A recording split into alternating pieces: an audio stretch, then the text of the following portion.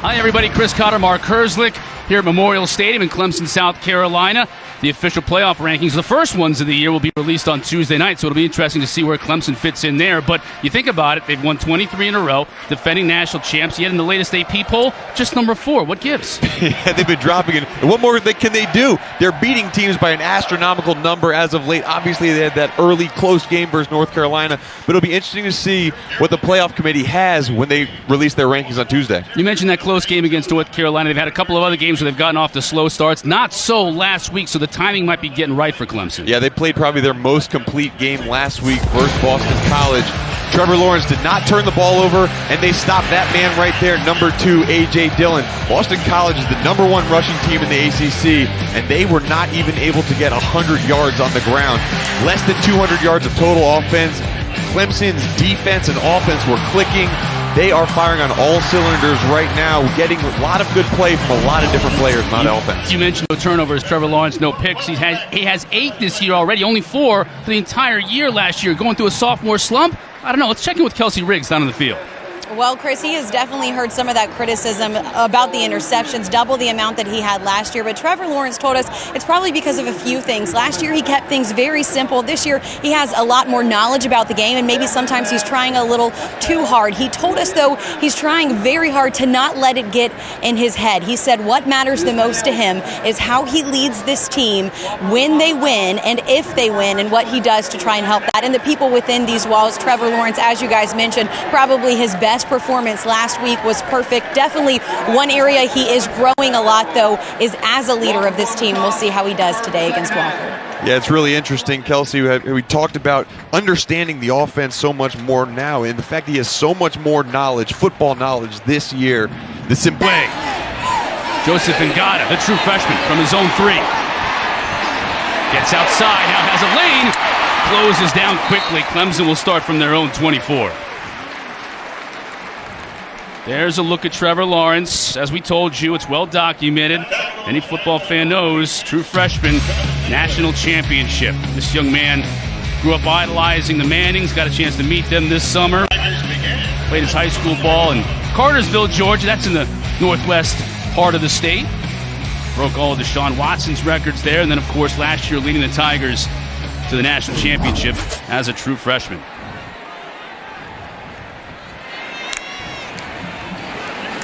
Lawrence, the quick fake, now out in the flat, has a receiver wide open. That's Ross. Or Higgins, rather. T. Higgins inside of Wofford territory before Jairod Wilson was able to bring him down. You talk about starting off the right way. His completion percentage hasn't been great. Obviously, you saw the 8 picks earlier in the year, but they started off with a deep out route, probably the hardest route for a quarterback to throw. Throws it absolutely perfectly to T. Higgins for first down on their first play. Travis Etienne picks up a couple, maybe 3 on first down. There's a look at Etienne. Over 3,300 career yards rushing. This year you see 890 yards, and that's 7.8. That is a gaudy per carry average. He is a home run hitter. Yeah, you saw he's ranked 6th there, but out of all players in college football with over 100 rushes, he ranks 1st. So sometimes that gets skewed because you get guys with 20, 30 carries that get big numbers. He is the top when it comes to making the most out of his touches in FBS football. 3rd down and 6 now, so a big opportunity for Wofford to get this defense off the field here early this afternoon.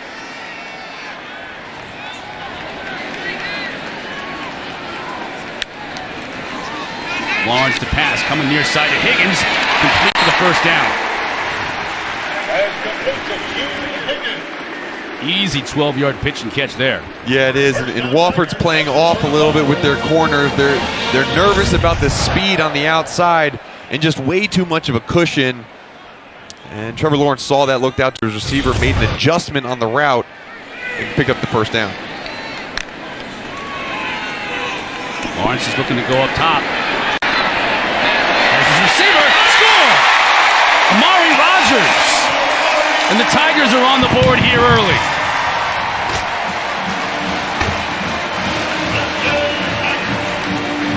That's what you want from an opening drive for Clemson. They got to third down, which they don't usually even get to third downs, but they converted. And then a lot of things went into that last pass, but the blocking by the offensive line gave so much time for Trevor Lawrence to find speedy Amari Rodgers for that huge touchdown pass. BT Potter with the PAT. Tigers up early here on Military Appreciation Day, 7-0. And look right here, look at the offensive line. They only decide to rush 4 and drop 7 guys in coverage, but with that much time and that much speed at the wide receiver position, even if you're in the right zone, you're just going to get run away from. And I was just looking to see, is Trevor Lawrence going to drop this ball in there in stride to his wide receiver? And he did just that for that score. Amari Rodgers tweaking his knee in spring practice.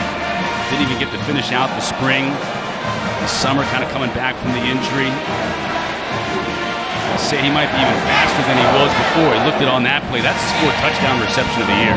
Yeah, it's incredible to come back from that type of injury that fast and to be even faster than you were before. I mean, if ever I get injured, I need to find his doctors because they know what they're doing. Hopefully not too many injuries up in the booth, though, Chris. I don't think we're going to be doing too many things that are physically taxing up here to get injured. Clemson's defense now taking the field. A lot has been talked about with this defense when you think about the players they lost to the NFL, Mark, on that defensive front. And last year, so dominant at times. They lived up to the billing last year. You look at their numbers in their national championship year, yeah, well, they lost that entire front to the NFL. And yet this year, very similar numbers. I love that part where they just disappear into that little circle that went underneath them and they pop guys right back up. That's what they do, isn't it? Yeah, and that's a great thing about the cartoon. They don't look any different. They're not playing any different. That's exactly what this Clemson front has done. They have been able to fill right in and play even better football this year. Quick handoff in the middle. This is a Wofford team that runs a option offense with a spread principle associated with it. Very unique, a little different than the academies and what Paul Johnson used to run and everybody in that coaching tree. Yeah, we talked to Wade Lang, the offensive coordinator, he's been there seemingly forever. I think it's his 33rd year coaching there. But what he has transformed this offense into over the years, going from the wing T look to as more of a spread option offense, has caused a lot of problems for defenses. Quick handoff, picks up a yard. If that, Blake Morgan on the carry. Joe Newman quarterbacks this team, a dynamic player, big-time leader for them, senior out of Riverdale, Georgia. He can throw it and he can run it. Yeah, he's fast, and his ability to lead this team, and him as a person, Wade Lang also said he's as good a person as the good Lord made.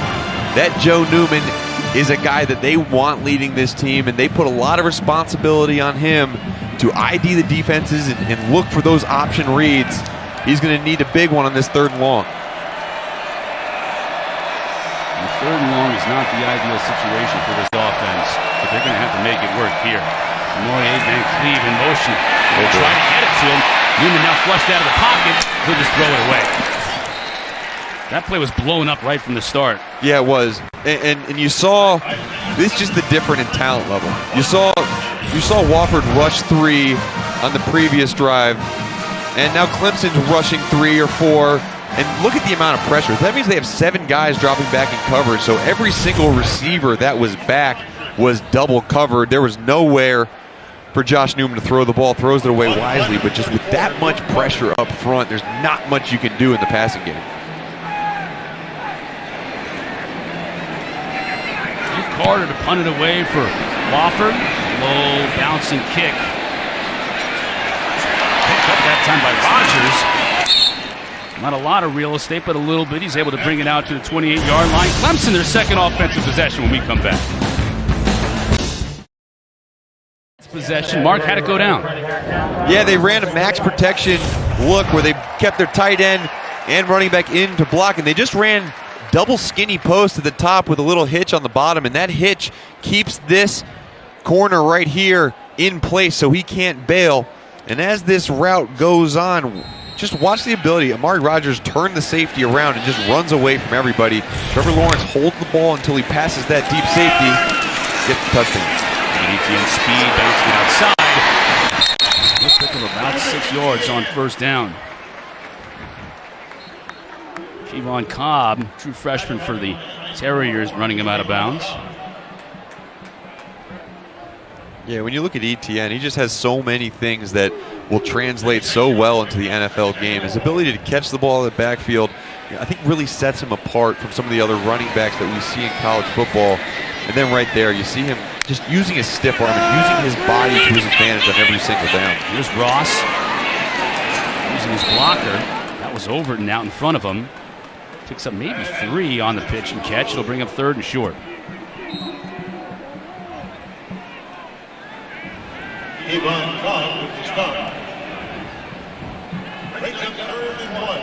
So last 3rd down, Wofford did not bring pressure. When we talked to defensive coordinator Sam Siefkas, he said that we need to get Trevor Lawrence off his spot. Let's see if they bring pressure out of their 3-4 defense here.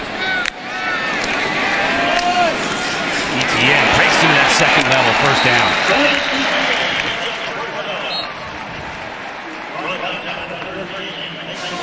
That burst by ETN, big reason why Todd McShay has him so high on his board. Yeah, and he has vision of such an advanced running back.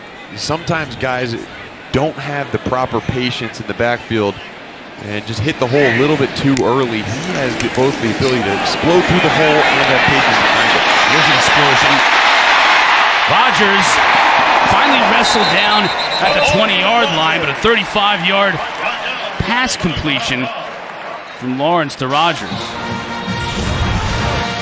They want to get the ball in these playmakers' hands any way they can. You see Lynn J. Dixon leading blocking out of the backfield.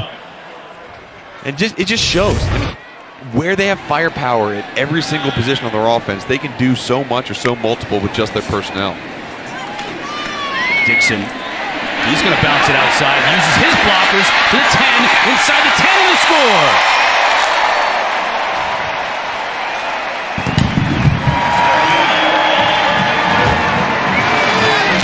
Takes it 19 yards, and he showed patience too, using his blockers on the outside. Yeah, he did.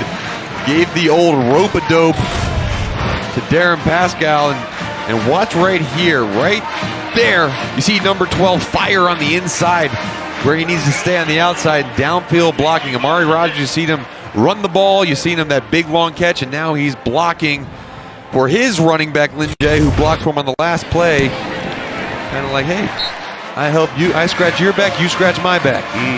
All the Tigers are scratching backs right now. 14-0 early on the strength of the sophomore from Butler, Georgia score. 14-0 Clemson.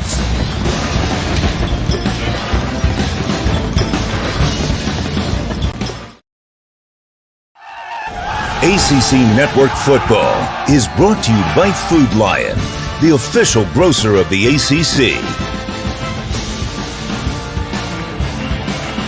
Tigers up 2 early scores here on Military Appreciation Day. Linebacker Chad Smith carrying the American flag down the hill as the Tigers, dressed in all purple as they do only once a year today on Military Appreciation Day. Coming down the hill, and Smith's family, he comes from a military family. Sister, father, ties to the Air Force. Chad's brother as well. So it was only appropriate that Chad Smith carried the Stars and Stripes down the hill today. Clemson up 14-0 here early on the kick return, and that is Jacquez Allen. He'll be dropped at his own 10. Great coverage by this Tiger special teams unit.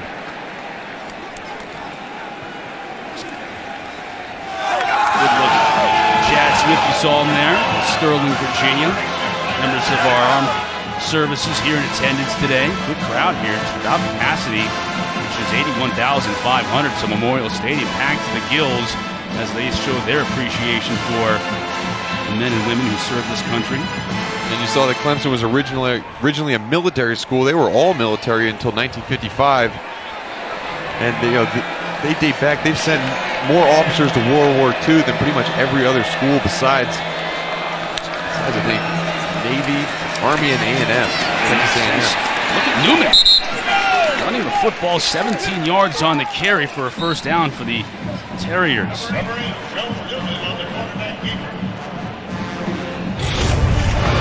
And this is the thing that Newman does. Watch this right here. You see all those options. He has the pitch option. It's almost a double pitch option, but you don't often see lead blockers out in front of the pitch man. But he just follows guys. Those are the types of things that can really lessen the gap of talent. The ability to option a player on their defense and not necessarily having to block every single purple jersey, but making them react to the option play. Morgan gives the ball to Ryan Lovelace. Picks up maybe a half a yard on first down.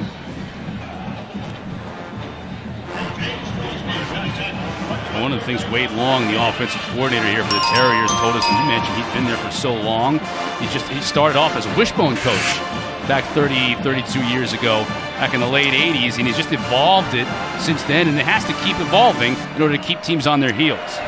Yeah, he evolves it not only because of the way college football has evolved, but also the way recruiting has evolved, and their ability to get different types of players there.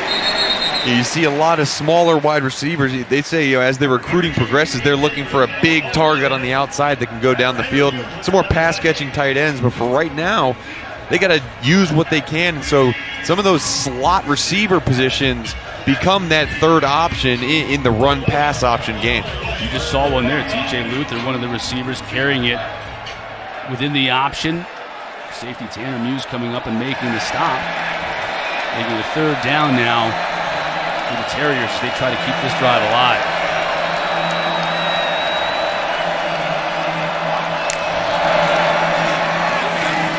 Give inside to Allen. Can't get anything. Stuffed up after maybe a yard pickup. That Clemson defense bowing up. It's going to be tough to run inside on that front. Yeah, Clemson brought a run pressure. You saw those statistics.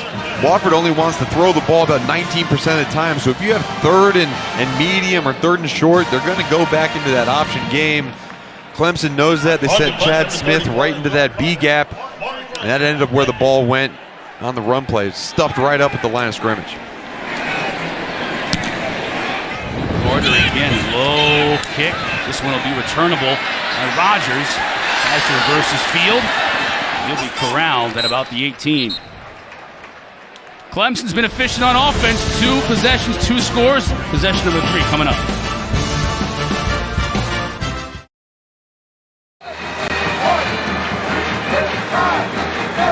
14-0 Clemson here in the first quarter. Trevor Lawrence getting set to take on the field. And we mentioned at the beginning of the broadcast some of the adversity he's overcome this year. Started already 8 interceptions, only had 4 all of last year. And we talked to him a little bit about that and how he handles it. He says he definitely hears the outside noise and has a lot of support here. He's also relied heavily on his faith. But there's another person he relies heavily on, and that's his brother. His brother, Chase, actually moved here to Anderson to be near Trevor and to continue his artwork. See you in a second here, Kels, as ETN busts off a long run to get it into Terrier territory. What do you think, Kels? What type of an artist is his brother? Oh, man, he does a little bit of everything. I think you're looking at some of it now. He's a painter. He's a sculptor. Him and his fiance work on all of these together. But we talked to Trevor a little bit about what that relationship means to him. And he says it's so nice because his brother is not a huge football fan, doesn't know a whole lot about football. Now, I actually got to talk to Chase yesterday. Another ETN run. He's not letting you finish your story about this artist, Chase Lawrence, because he just took 2 carries to the house. Kelsey, he does not want to let you talk. He just wants to score. But we need to hear the end of this story.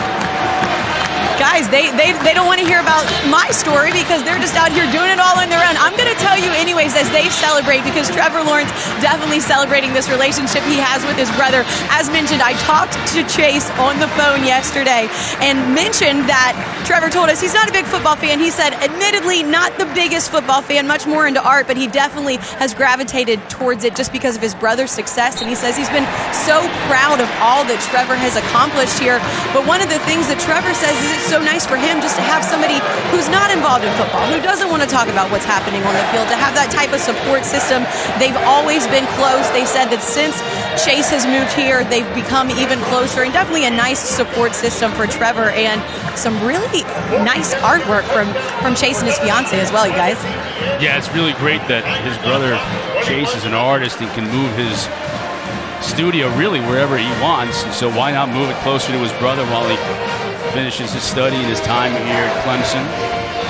Yeah, and I think that's so important. You look at the overnight fame that Trevor Lawrence has gotten, and I think back, and it reminds me of the type of fame that Tim Tebow had. And you've seen over the years, Tebow's brother Robbie was such a big support system for him. Traveled all around with him, did different events with him, and was kind of like a buffer. Sometimes when you have the fame like that, you have someone who just knows you from when you were in your diapers back then. And so I think it's really great that Chase has decided to move down here, bring his family, and I know Trevor really appreciated it. There you see Lawrence. Did very little on that last Clemson drive. Didn't have to. Turned and handed the ball off to Etienne, who was responsible for all 81 yards. Just like that, Clemson is up 21-0. Forget about just this game and that long runs by Etienne, but that's also, too, one of the things that makes him such a good quarterback. Because he has Etienne at running back, and because he has some of the wide receivers, some of the errors that other guys might make, get masked. Because he's able to throw the ball in a catch radius or hand the ball off to dominant running backs, I think it really elevates his game as a passer and his overall knowledge of offense as well. Newman keeps on first down for Wofford, picks up a couple. James Skalski, junkyard dog of that Clemson defense on the stop, his middle linebacker spot. Skalski seems like your kind of player. Number 47 for Clemson. Look at the eye black, some blood. Probably doesn't even feel like he's playing a game yet until he gets cut. He's bleeding all over himself. I always know. I would first feel like I was playing when I first hit somebody. Kind of lets your emotions run wild until you just smack someone in the face. Loveless on the pitch. He's going to pick up the first down. 10 yards on the carry. Finally run out of bounds, but Wofford will get a fresh set of downs. And it's interesting, when you're a linebacker on the defensive side of the ball and you're going against this type of offense, it can slow you down a little bit. It doesn't matter how fast you are, when there's multiple things flashing in front of your face, there's 3 guys running at you, all with option to carry the ball. It slows you down just a tick, and you saw in the last 2 plays, Wofford was able to capitalize on that and pick up some good yards.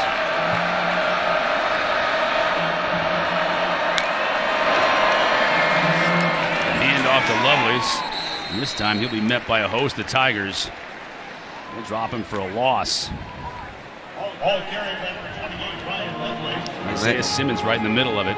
Yeah, Isaiah Simmons, we'll get to him a little bit later, and just his all-world type year he's had. But that last run by Wofford, that's just one you got to do. You got to keep them offense every now and then. Can't just keep running side to side, east and west, but that's where Wofford's going to have any success, is when they start getting out in the perimeter, get the quarterback outside of the tackle box, have a run-pass option when he's out there. You might get some good gains. Into the throw.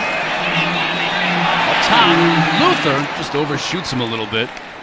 Great coverage by Darian Kendrick. This type of an offense is tough for the DBs, isn't it? Because you got to decide whether you're going to come up and support the runner. And oftentimes you have one-on-one coverage on the outside, don't you? Yeah, you do. And I think that one of the bigger factors you have to deal with is boredom. You sit outside and you barely ever get the ball thrown your way. And then all of a sudden they run a deep ball and you're like, oh my goodness, they're throwing it to me. And you saw right there, Darian Kendrick almost got beat behind him. The ball just wasn't where it needed to be, but they got to maintain their focus on the outside because they're not always going to get blocked. 3rd and 11 for Wofford. Newman telling his lineman about the play change. Option. Keeps it. Just can't get past that initial surge from this Clemson defense. Logan Rudolph led the charge.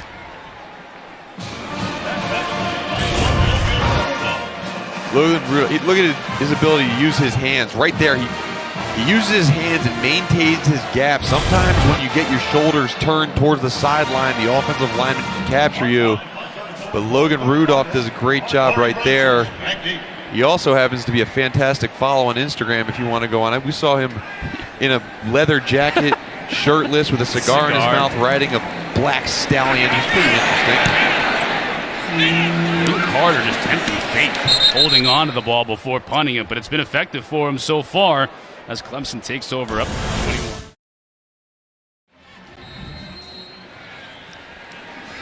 Thanks, y'all. That's Beamer ball down there. Turning defense into offense and turnovers into points. NJ Dixon tries to spin a free and cannot do it, but he still picks up a good 4 yards on first down. That was Divine Diablo for Virginia Tech. Just a cool story about his name. He was named after his grandfather, who is a Native American Indian. And the Divine first name was to balance out the Diablo last name. How about that? So, yeah, so like a one on each shoulder. Yeah, it's kind of interesting. I like that. It's good. Dixon again in the backfield. This time Lawrence to pass. It's Higgins. First down, Clemson. George Beasy on the stop for Wofford. Beasy's got a heck of a story, too. Sure we'll hear from Kelsey on that later on in the game, but boy, keep an eye on 27 for Wofford.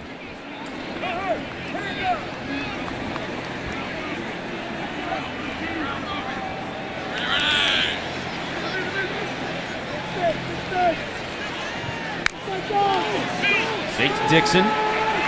Lawrence going up top. As Ross. Well defended on the play that time by Darren Pascal. Yeah, you see, this is what they're doing.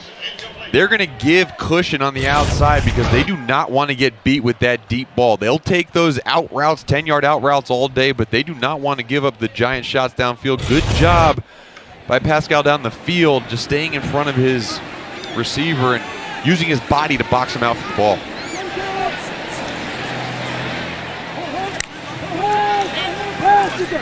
Quickly outside. Connect with Ngata, a true freshman out of Folsom, California. And that's the hope. That's the hope right there. They stop a deep ball. They have a kind of a misstep between quarterback, wide receiver, and now it's 3rd and long. So now, the last 3rd and long, they got that big out route that gave them 11 yards. See if they get a little tighter on the coverage. Force them to go up top. 4 wide at Lawrence's disposal. Over the top. Overshoots his receiver. Got a flag down on the play. We'll check that. Jairod Wilson was there to put pressure on Lawrence. It's like a legal formation. Illegal formation, offense, 5 men in the backfield. That penalty be declined. 4th down. First time of the day, we've heard from our referee, Jeff Flanagan. Let's take a look at Lawrence get hit on this play. Yeah, and there's really no excuse right now. You're keeping 6 guys in the block, and Jairod Wilson is the leader of this Wofford defense. You saw his pass rush ability right there, but you are not going to see much of number 16 in this game if he keeps on getting hit like that. First time we've seen Will Spires punting away for Clemson. Van Cleve with the fair catch at his own 32, 36 yards on the kick. Wofford now taking back over. So a string of 3 straight possessions where Lawrence leads Clemson down for the touchdown is broken. Wofford forcing a punt.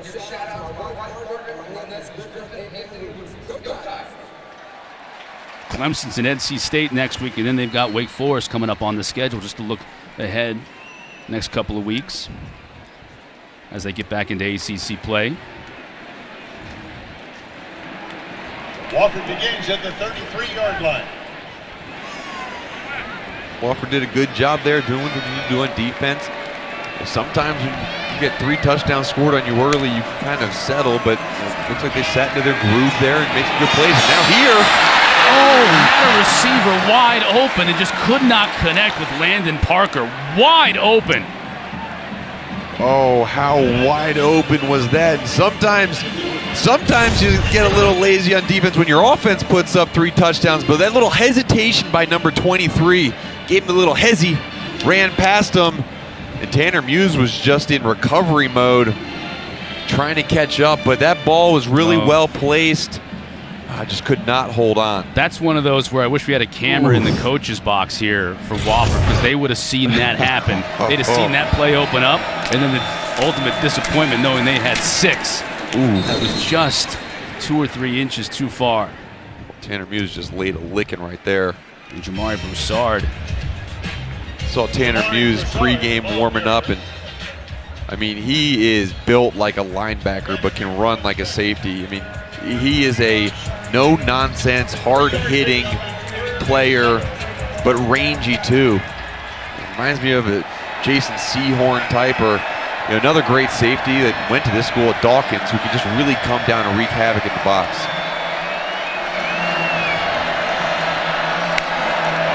And Cleve in motion. Newman fakes the handoff and keeps it. Picks up maybe 4 yards, but it'll bring up 4th down. Nolan Turner was there to bring him down. Picks up 4 yards. 4th down. Nolan Turner with the tackle. Clemson will force Joe Newman in this offense to punt once again. Newman frustrated a little bit. He wasn't able to hit his wide-open receiver, Landon Parker.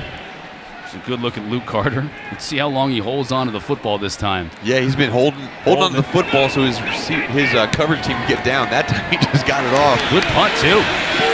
Really good punt. Rodgers all the way back to his 12. A fair catch after a 48-yard kick, and Clemson will come back out offensively.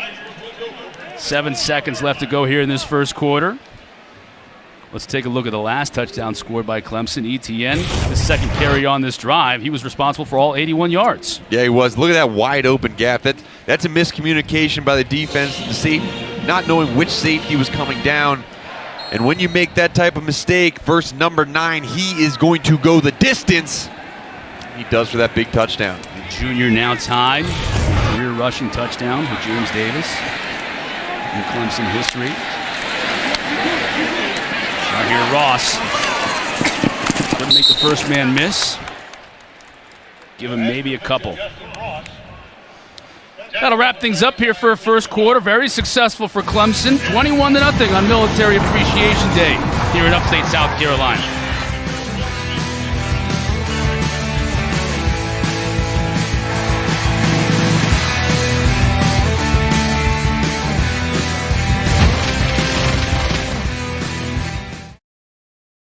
Start of the second quarter here in Clemson, South Carolina. 3 different Tigers scoring touchdowns in that first quarter for the number 4 team in the country. We'll find out where they are ranked when the first playoff ranking comes out Tuesday night on ESPN.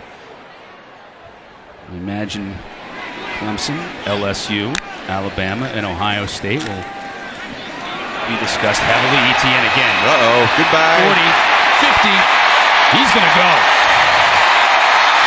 86 yards for the score. He's having himself an afternoon.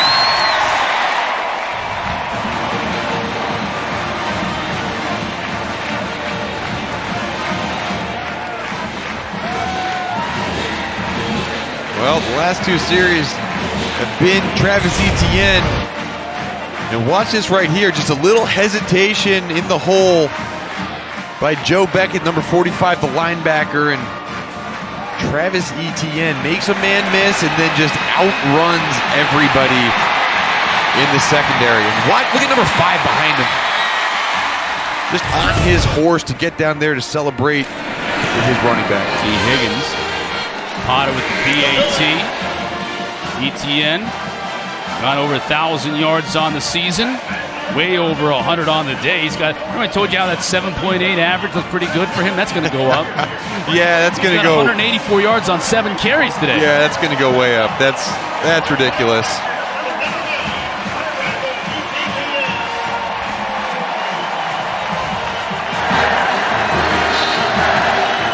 Chris and Mark are over there talking about Travis Etienne. Pretty impressive start for him. I wanted to tell you, they say he's a mama's guy. They say back when he's had a rough game, he talked to his mom, would FaceTime her before every game, and she said, hey, it's just football. Relax. Play the game. Since then, he's been a lot more relaxed. I would imagine that phone call before the game was probably a good one, and the one after today's game for him is probably going to be a pretty big one, too. He might be able to make that phone call at halftime. He may be able to say, Mom, Chris, we have to wait until the game's over. It's not over till it's over. Mom, they took my helmet away from me. I'm not playing anymore in the second half. I've already got maybe 200 yards. He's on his way. 184 yards already. Yeah, 48 rushing touchdowns in his career. Broke the record at Clemson, and fans were honoring him. That standing ovation. And yeah, you don't always have to call mom when things go bad. Sometimes it's better to call mom when things are good. Things are going good for Travis Etienne today in this Clemson offense.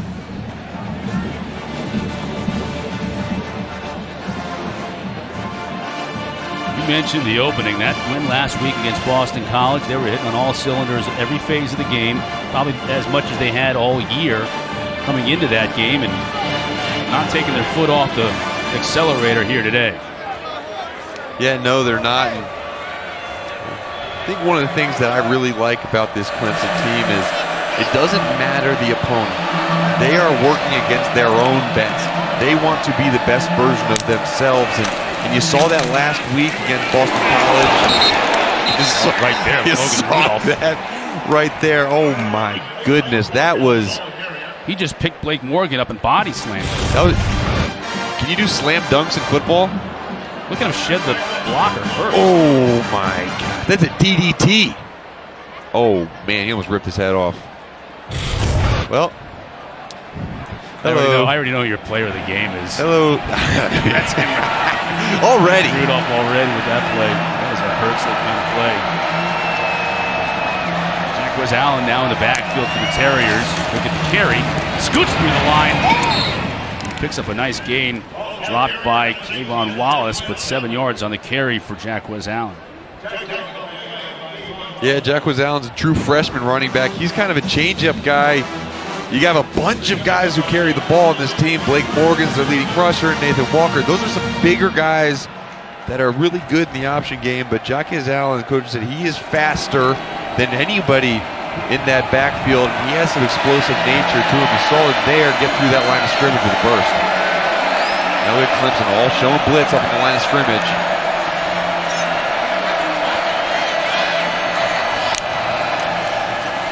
Third and 2. Carry this time by Jacquez Allen again in that backfield. He's going to get a first down. Yeah, and Clemson had everybody jam-packed in the middle, and just with 2 guys pulling around, were unable to set the edge of the defense. And right here, Rudolph, my man right there, turned the wrong shoulder. Sometimes when you wrong shoulder, put that opposite shoulder in there, you lose leverage. You don't maintain that outside arm, which is what the coaches will teach him. Leads a running lane for Jacquez Allen to get outside. First down for Wofford on 3 or 4 occasions. Now Wofford's been about at midfield. They haven't been able to extend the drive and make it a good scoring opportunity. Let's see if they can do it on this time. Newman to pass. He's going to go up top. No chance. Had 2 receivers in the area, but neither one of them was open, and it was overthrown.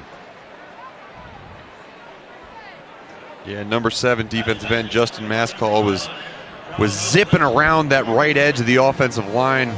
He almost got to the throwing arm, but sometimes you run those plays to get the defense stretched out a little bit. You've seen Clemson creep up to the line of scrimmage so much that just loosens them up, gets them ready for a run play. So they're known for. Line up that empty set again and see if they motion someone in the backfield to be that option man. They do. It's Van Cleve. Van Cleve's going to get the ball. Flag down. Van Cleve is down. Did he drop for no gain? Let's check on the flag. Isaiah Simmons was out from his linebacker Offside. spot. Defense number 7. 5-yard penalty. Still second down. Justin Mascall offside, so that'll give an opportunity for Wofford to pick up 5 yards and get that down back.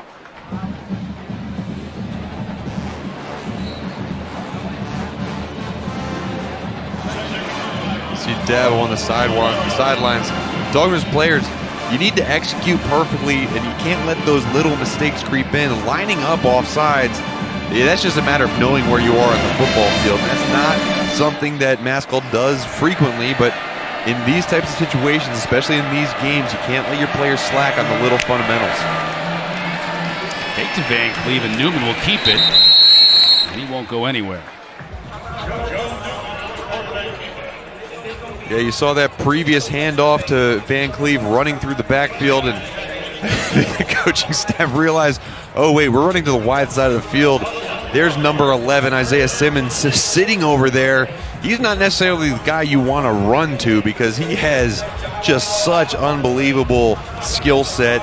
His vertical jump is out of control. He's so athletic. Started as a safety, came in, switched positions last year, and has really taken. But look where he's lined up right now. That's him right there. He's lined up as a nickel corner over top of that slot receiver. That's something that normal linebackers can't do. In the middle, Jake Venables is right there to meet the ball carrier for a minimal gain. Venables, the son of defensive coordinator Brent Venables, redshirt freshman. You see number 15 making the stop. Second play in a row on the tackle, and will force a punt. There's Coach Venables. Wearing the camos for military appreciation.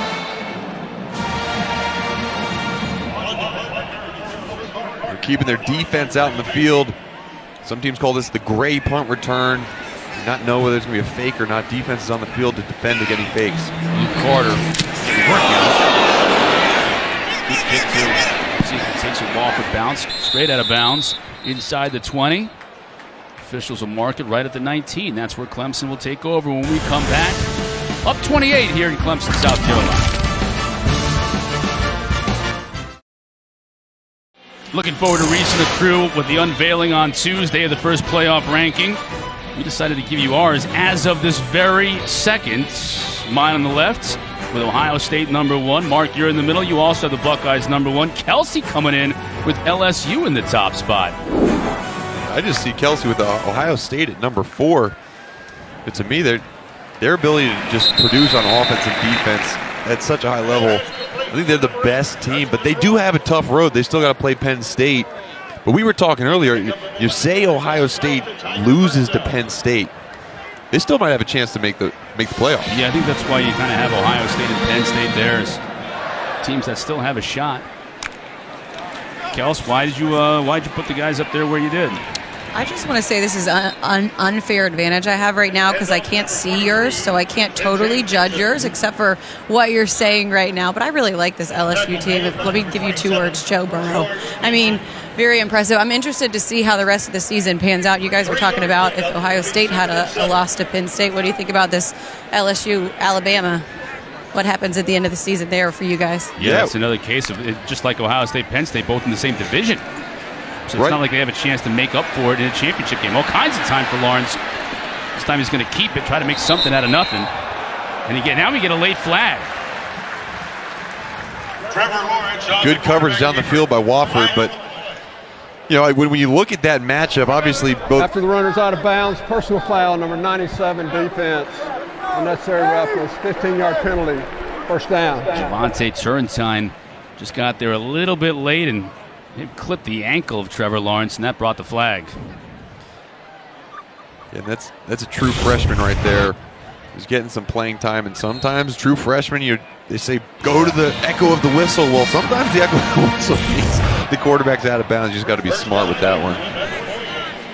But, a bye week right now for LSU and Alabama, and I think the real question is whether Tua Tagovailoa is going to be ready to go versus LSU. Because I think with Tua, Alabama is an outstanding team. And I think that when they have Tua, they are going to be better than LSU.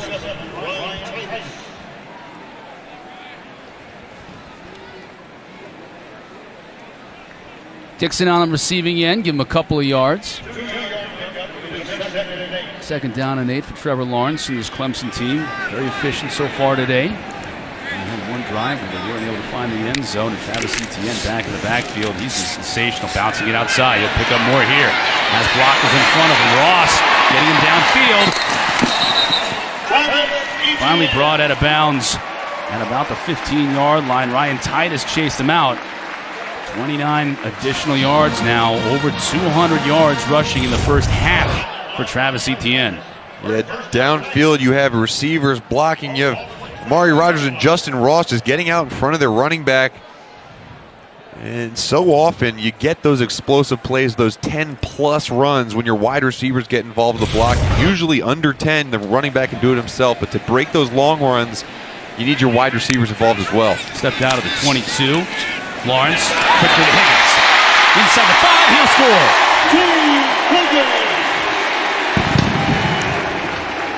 And you talk about unselfish play by wide receivers, and usually that refers to their blocking ability, but to me, sometimes you're selfish as a wide receiver, because if you can set up the running game well, when you can have a real threat on the ground, you have even more opportunity downfield in the passing game, and you saw the result of it right there. You saw the opposite of that field. Justin Ross, Amari Rodgers were blocking to set a big run game, and then you do a little play action fake, and T. Higgins comes wide open down the field because sucks the entire defense up.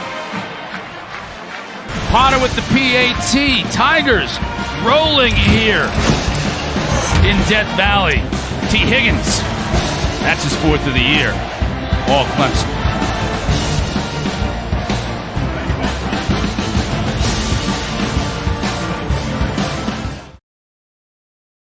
Clemson coaching staff and their families had their annual fall festival earlier on this week here on campus, the Reeves Center. Fun and games for the kids dressed up in their Halloween costumes. Coach Venables didn't know how to bob for apples. Never done it before.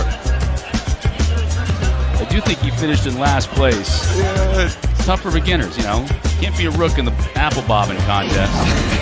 It just goes to show you the type of atmosphere that Dabo Swinney has been able to build here in the culture he's been able to cultivate in his 12 seasons here in Clemson, South Carolina. Yeah, when I first saw that picture of Dabo with the balloon headdress sitting next to that stuffed lion, I thought it was a real lion. I was like, they have a tamed tiger out there.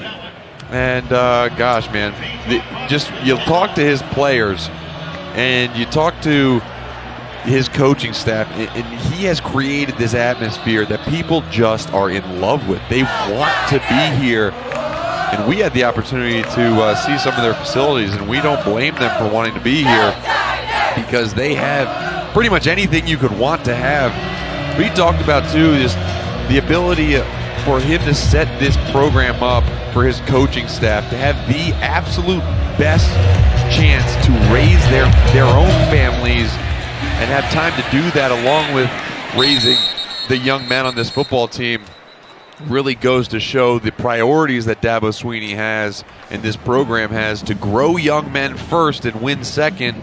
And he doesn't think you have to make that choice. You don't have to decide whether I want the best for my young men or the best for my football team. He thinks they go hand in hand. One of the reasons why he's been able to keep his staff intact. People talk about Brent Venables maybe being a head coaching candidate down the road.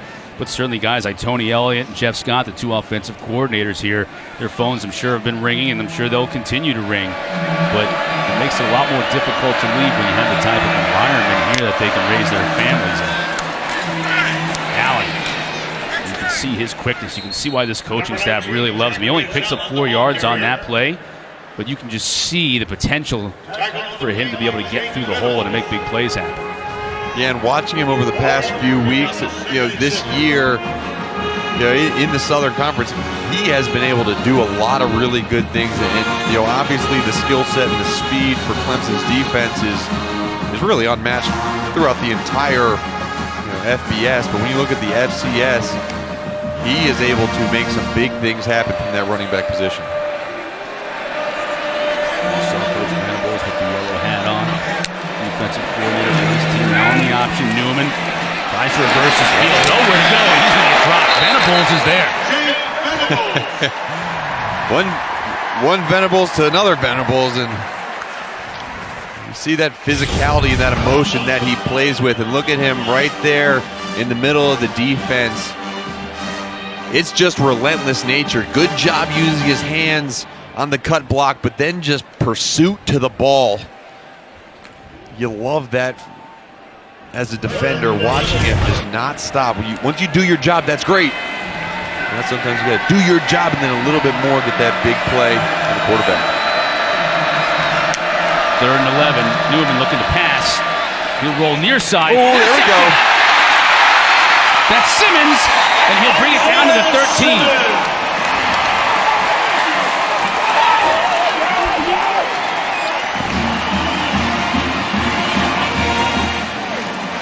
Well, he He has done a lot of things this year, but he hasn't had any interceptions. But watch here, able to read the quarterback's eyes and just melt over into that curl flat area. Breaks downhill and makes the catch. You want to see him catch the ball with his hands a little bit more. Don't use your chest. But gosh, man, great job. First interception of the season for him. Mr. Do Everything for this defense. Receiver in high school, too. Yeah, he was a receiver in high school. 6'4", 230 right now. Now a flag on this possession for the Tigers. False start. Offense number 59, 5-yard penalty, first down. Gage Cervenka moving a little quickly. He's unhappy about it. Yeah, and he's a cool story. He red-shirted as D tackle when he first came here to Clemson, and we went yesterday into their castle that they have built. It's not an actual castle, it's more of a men's spa. And in that men's spa, there's a reaction board where the different lights pop up, and we try to do this thing where you hit the lights, and he has the fastest hands out of anybody on this entire team. Just boom, boom, boom. I only got to like 96, you were like half, a little bit more. Your second try. He was at 123. And that's in 60 seconds. He had 123 little of these white dots. Pretty interesting guy. Dixon with the carry. Stays on his feet. Gets down to about the 11. Guys, Gage, not just a good football player, actually was a really good wrestler in high school. His record 199-1. Only one loss his entire career when he was in high school. So pretty impressive there. Something that probably carries over a little bit too, not just his mentality, but also the way he works. That one loss had to be the Loudon Swain. No question about it, the greatest wrestler of all time. There's a good look at Gage in his wrestling singlet. Lawrence. He's got room to run if he wants it. He will inside the 5, down to the 2. Oh my goodness. I could hear you over here moaning in disapproval, but he's right at the goal line. I don't care. Oh my gosh, you want to get down. You want to have a nose for the end zone, though. You can't fault a kid for having a nose for the end zone. Okay. Okay. I just want him to go down a slide. Protect yourself a little bit. Get the fake to Dixon. Now he's going to keep it. He'll score on this play. See, you got another opportunity. You'll get another opportunity to score. You won't get another opportunity to have a healthy ACL.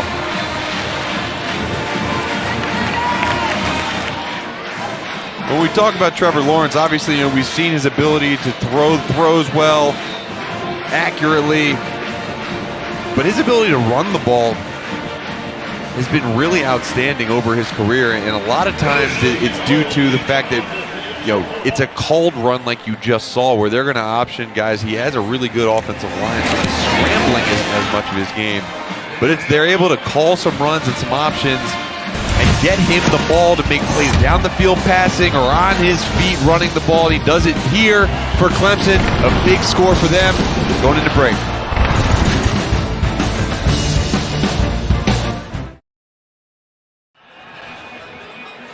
Trevor Lawrence, a solid first half, 3 touchdowns, responsible for 2 through the air, 1 on the ground, 42-0 Clemson. We're still in the first half, just under 5 minutes to play. With a 42-0 lead, you got to wonder how long Lawrence is for this game. Yeah, you let him do a little bit of everything. So run the ball, throw the ball. Potter out of the back of the end zone. Wofford will take over from their own 25. Lawrence, known as Sunshine around these parts for the long hair. Got us thinking about some other notable haircuts. Love the Boz and the neck roll. Palomalo, of course, in the shampoo commercials. Mike Gundy, the mullet. Beautiful. Hers, like with the mohawk. Iconic.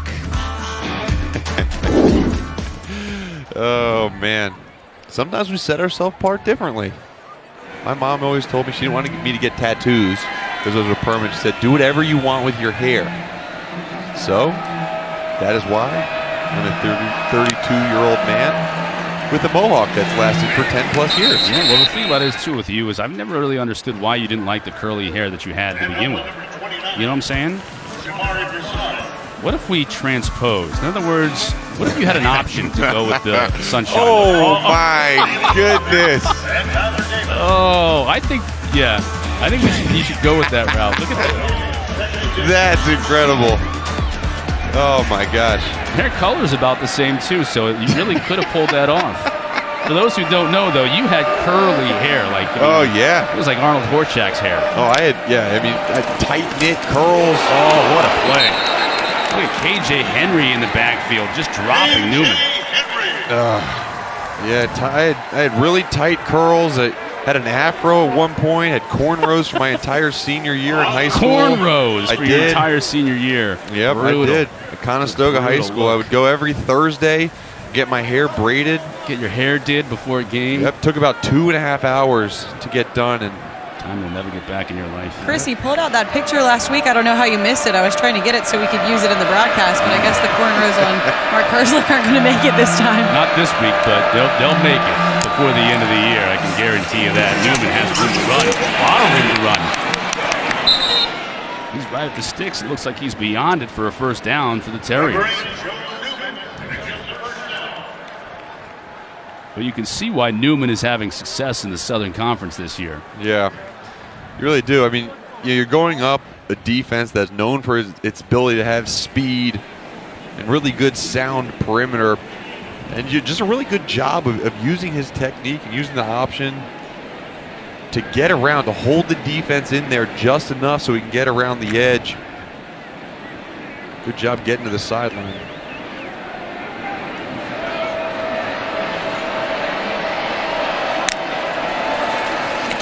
Allen, strung out, nowhere to go. He'll lose two. Darian Kendrick coming in from his cornerback spot to make the stop. And a lot of times in these option schemes, you try to option a defensive end or an outside linebacker so you force a cornerback to make a tackle. But when you're not really threatening through the air, cornerbacks can play a lot more flat-footed and get in a lot sooner. That one was a tackle for loss.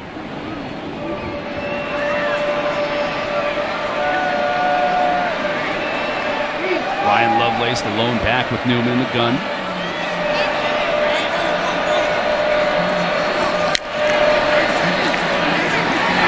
Newman keeps it, and Venables is there to bring him down. He's racking up some TFLs this afternoon. Tonight at 7:30 Eastern, Week 10 of the college football season rolls on. We got Virginia and North Carolina, our ACC Network primetime matchup presented by Geico. It's also available on the ESPN app. That follows us on the ACC Network. It's going to be a huge game to decide the coastal side of this ACC. And we saw so many ups and downs from these teams. Obviously, that close game that Clemson had was versus UNC earlier in the season. And it seems like there's just a circle. They're on like a merry-go-round. Someone's beating everyone. And it seems like every team is beating the other team that the other team is beating. And it just keeps on going around and around like that in that coastal. But this game is going to be one that really leads to deciding who is that front runner. Yeah, just when you think you've got all the answers, they change the questions on us.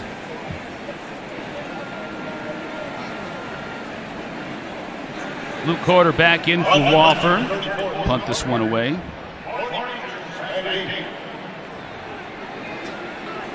Heard the announcer over the radio in the stadium. Amari Rogers back deep. That's never something you like as a punter. So far, this coverage team has held him. This one might just got some space. Gets it out to the 40-yard line. About 16 yards on the return for Rogers. All Clemson here in the first half.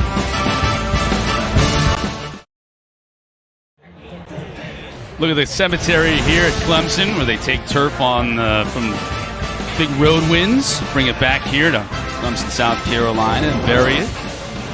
They're at home this afternoon and having their way with Wofford. State Farm halftime reports coming your way in 31 seconds. Miami and Florida State, that rivalry renewed. Going to talk about Wake Forest and what they were able to do and what they've done all year. They're cruising along, plus they'll preview Virginia and North Carolina coming up after us here on the ACC Network. 31 seconds remaining. Tigers Tigers. You think they might want to run out the clock, but the way they've been scoring points here in the first half, they can score them in a hurry. Darian Rencher now at that tailback spot for the Tigers. He gets 9 on first down.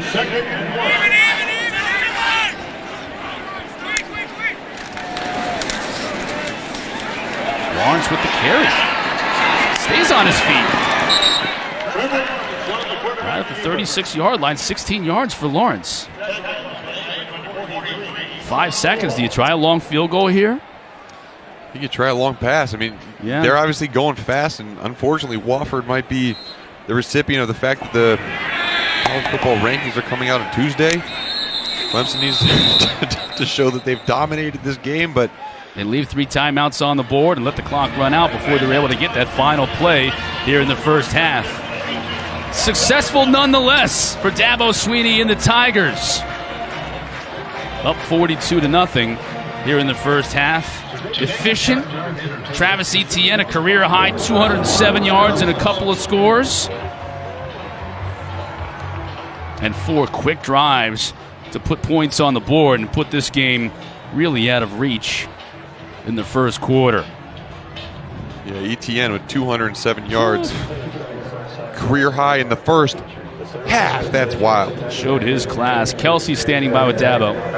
Coach, 6 touchdowns. Your defense held them scoreless. Also got a turnover. You got to be pretty pleased with that first half. Yeah, I'm really proud of them. I mean, we wanted to play well. We wanted to play clean, really crisp execution. You know, that's what you want to see. You know, it doesn't matter who you play. You want to play well. And I thought the guys showed up, had the right mindset. So really good first half for us. A lot of guys got involved and got the running game and the passing game, and then defensively, that's a tough group to stop. So I thought we did a great job. They got open one time, and they're capable of doing that. But great job by Isaiah getting the interception. Coach, thanks so much. You got it. Thank you, Coach. Thank you, Kelsey. Talked about that defense holding Wofford to 75 total yards in that first half. And the offense opened things up through the air, on the ground. 42-0 after the break. Jordan Cornett in the State Farm halftime.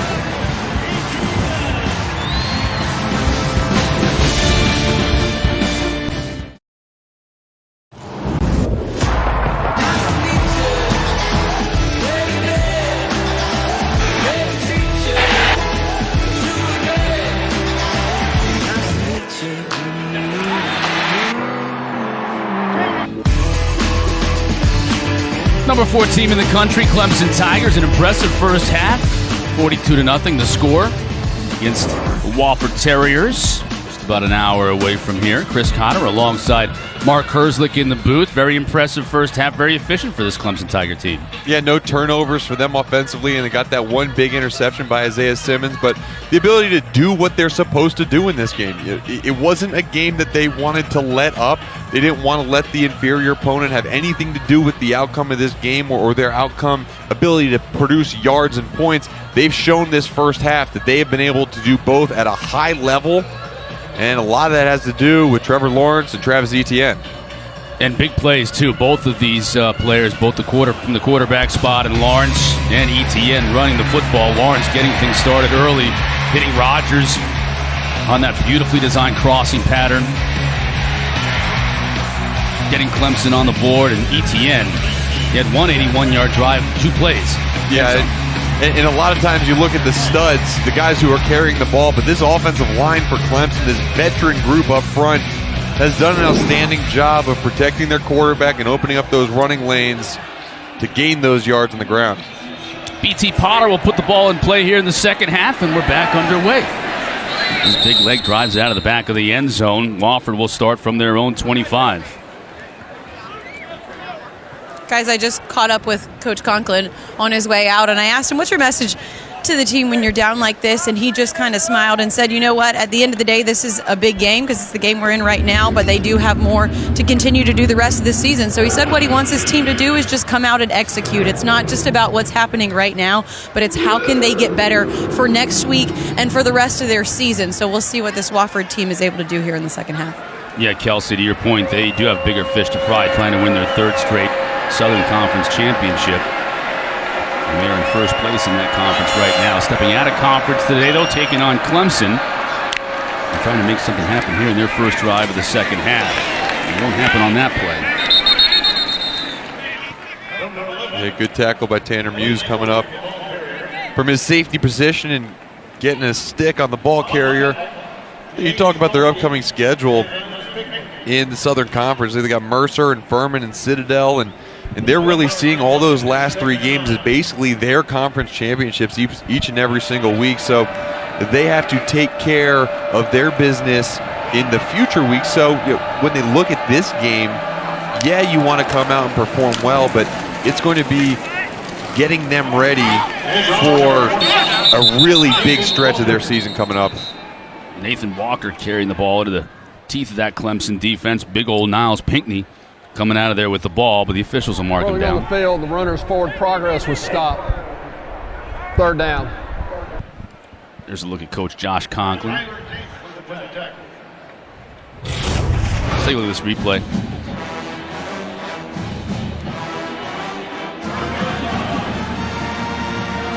A lot of arms and bodies on that ball, but looks like knee hit down. Can't really tell from that angle, but not going to take another look at it. 3rd and 5, sidestepping by Morgan, but he'll be dropped for a loss. That defense just too quick to the ball. Yeah, really good move in the backfield. The only problem is once you make one guy miss, there's 3 or 4 other guys, and that includes Kayvon Wallace at safety, that senior safety out of Richmond, Virginia.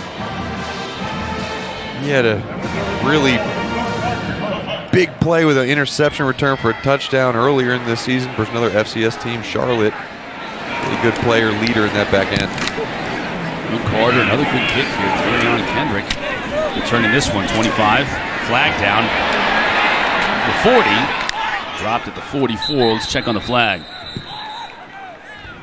Number 14,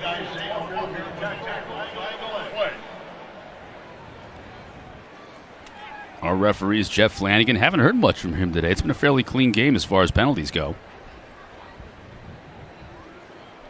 During the kick, holding, receiving team number 23. 10-yard penalty from the end of the kick. Receiving team will keep the ball. 1st down. Landon Parker holding. Will keep it with Clemson, but it'll bring it back 10 yards from the spot of the foul. So Tigers will scrimmage from about their own 26. Chris, we were wondering up in the booth whether we'd see Trevor Lawrence in this second half. But you see right there, number 16, number 9, they got all their starters out in the field right now. Want to get more game reps for them. Obviously, their schedule also picks up after this week.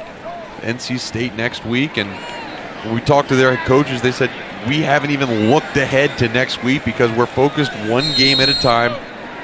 The most important game of this season is Wofford because that's the one that comes up next, and they are in the middle of that right now. The officials moving way back, 16-yard line. That's where Lawrence, who throws here on 1st down, will start. Incomplete. Trying to get it out to Ross. Darren Pascal on the coverage. So we do get to see Trevor Lawrence here to start the second half. His team up 42-0.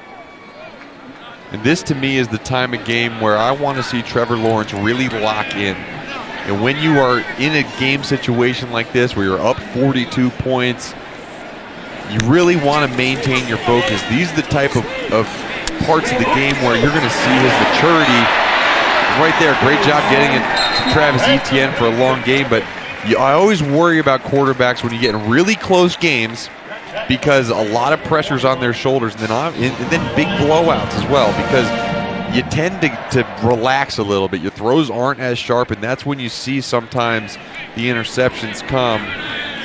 So I look for him to be really sharp in these few drives in the second half, and that's probably what Dabo Swinney's doing, wanting him to get more touches in this type of situation so he can learn to be mentally focused when the game's not necessarily on the line. Yeah, Etienne has had himself a heck of a day. Already over 200 yards rushing, a career high in the first half. Just added some there, and then on that catch, 23 yards. So he's been responsible for a big total of this Clemson offense. Higgins. Enough for the 1st down before George Beasy knocks him out of bounds. 8 yards, and they'll move the sticks. these are the type of things that you can work on in these situations. Timing routes by wide receivers, getting your quarterback to, once he hits that plant foot, that back foot in the ground, getting the ball out maybe before the wide receiver is really open, but allowing him to get uncovered by the throw. J. Dixon now outside, 45, 40. Pushed out of bounds at the 33. Kayvon Cobb knocked him out, but 15 yards for Lynn J. Dixon. Yeah, their running back room is Travis Etienne. Obviously, you see all the numbers. He gets a lot of the notoriety, but Lynn J. Dixon last year, he had more yards per carry than Travis Etienne, at 8.6 yards per carry last year, which led the team. This year coming into the game, he was 6.3 yards per carry, so he has a lot of those big hitting plays, doesn't touch the ball as much, but really makes the most out of every touch. Ross stays in bounds. He'll score.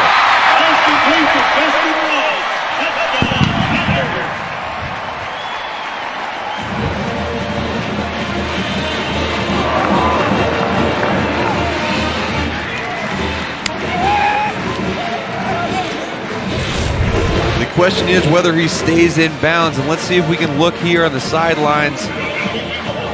Right there would be the biggest question, but his foot stayed in bounds the whole time, getting into the end zone for a score. Stayed in. Potter with the PAT. Ross joins the party. Rogers, Higgins, and now Justin Ross makes it 49-0 Clemson. Beautiful halftime ceremony here at Military Appreciation Day inside Memorial Stadium.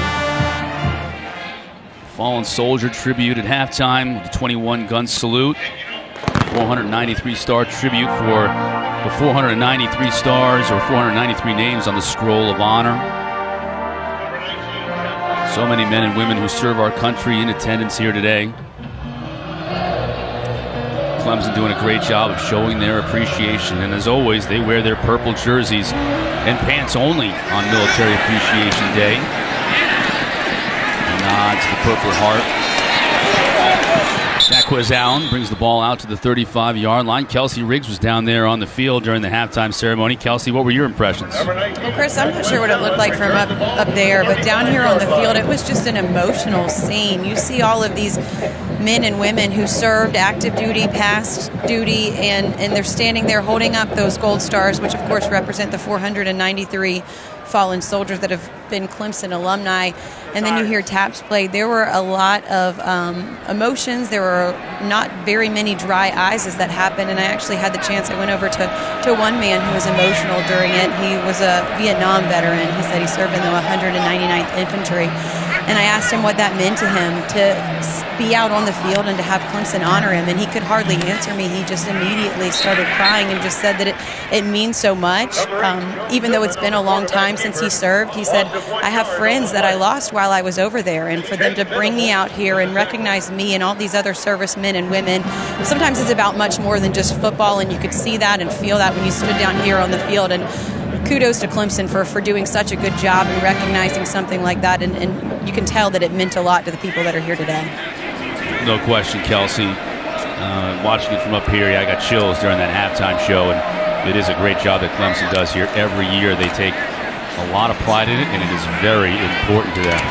Yeah, it is walk important. on the outside. And I'd be remiss without honoring my wife, Danielle Herzlich, who spent 10 years in the Army and just Player helmet retired as a captain in the Army National Guard. And so, you know, I've seen firsthand the dedication that these soldiers have for our country, and so much sacrifice for our way of life. It truly is awe-inspiring, and what a tribute at halftime for those men and women who not only lost their lives, but the ones who fought for us and returned home.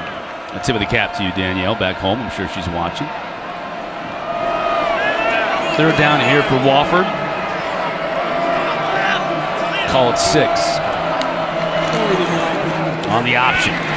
Pitch out to Allen, who makes a nice move to pick up the first down. Number 19, Jaquez Allen picks up the first down.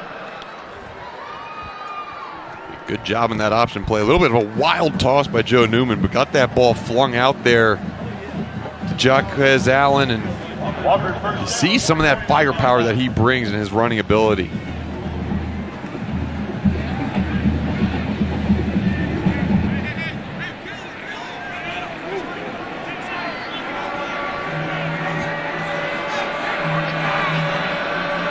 Wofford's creeping into Clemson territory for the first time today.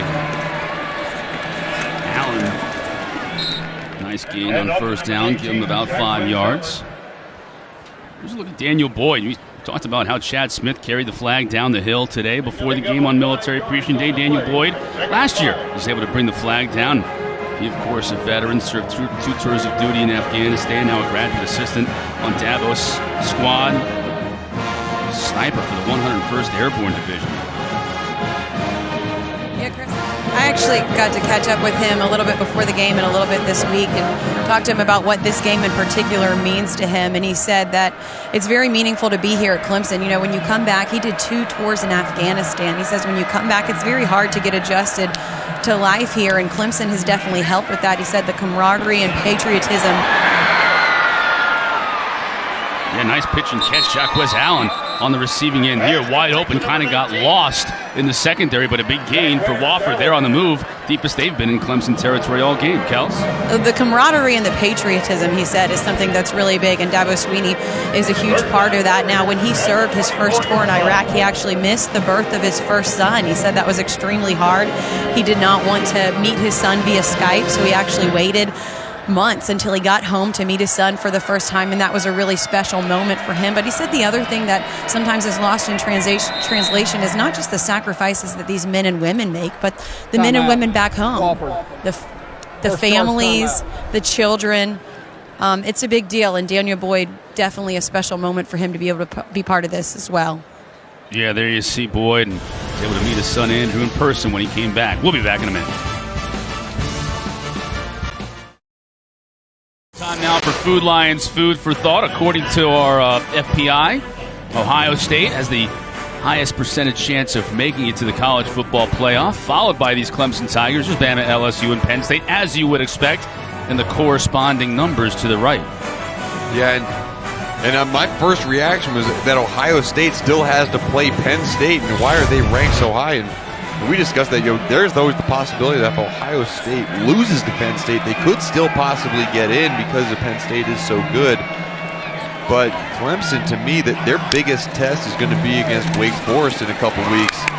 Wake Forest had a monster day today, and Sage Surratt on the outside, a wide receiver, and Jamie Newman returning healthy for Wake Forest. They are a very potent offense, and they do things a little bit differently. So Clemson's going to have to do a good job of stopping them in order to get the playoffs. I wonder if Wake Forest can stop Clemson, too. That's the thing with them defensively. How good is Wake Forest? Their offense is very good. I think we know that. Can the defense step up in that game to slow down this Clemson offense? Right now, this Clemson defense is trying to slow down Wofford, and Wofford's got to have steam here to score. Wow. Ryan Lovelace on the pitch, and the Terriers find the end zone. Good job by Wofford getting to the edge of that defense. And as you see this pitch happen right there, look at the blockers out in front. Blake Morgan, running back, number 58, offensive lineman Blake Jeristay out in front. And it looks like, to me, and Brent Venables is not going to be excited about that because there looked like there were some lack of effort plays at the end of that for Clemson. You never want your players, no matter what situation, you just sit back and let things happen, especially on defense. And that's what happened there. Terriers with their first score of the day. Ryan Lovelace finding pay dirt. Tigers up 49-7.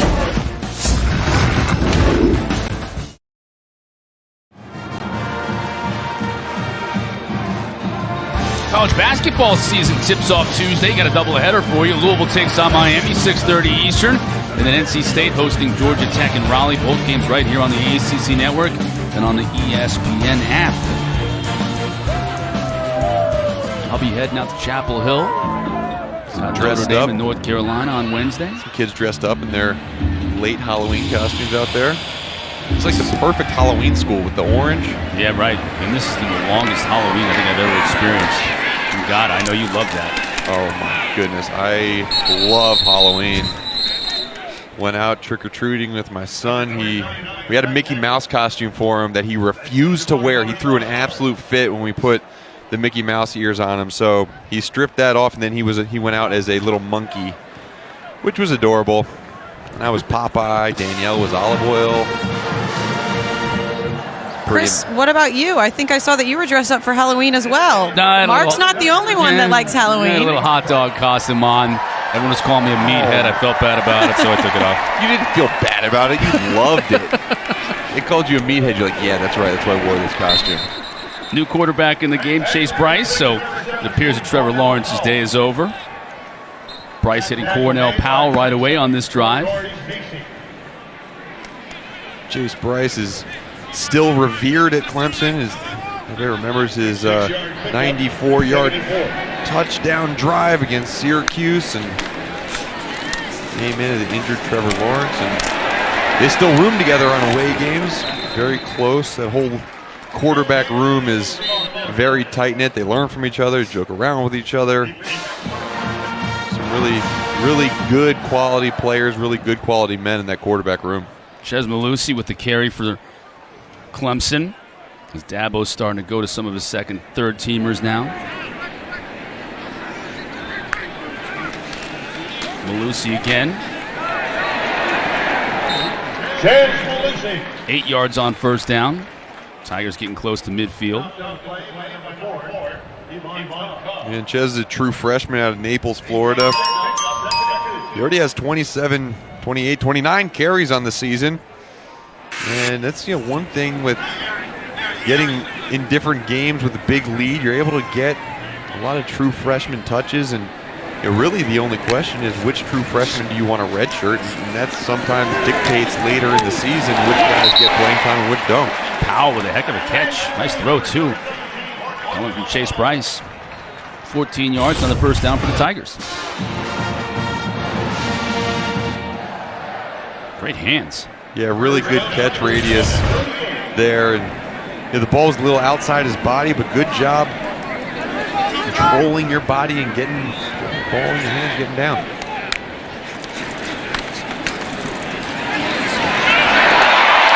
There's Rencher down inside the 15. Well, Darian Rencher is a guy who he's the spokesperson of this team. When we talked to Trevor Lawrence about him and said, what does Darian Rencher bring to this team? So he is the guy that people go to, period. Whether you have an issue in school, whether you have an issue relationally, whether you have an issue in football, you go to Darian Rencher because he can help guide you.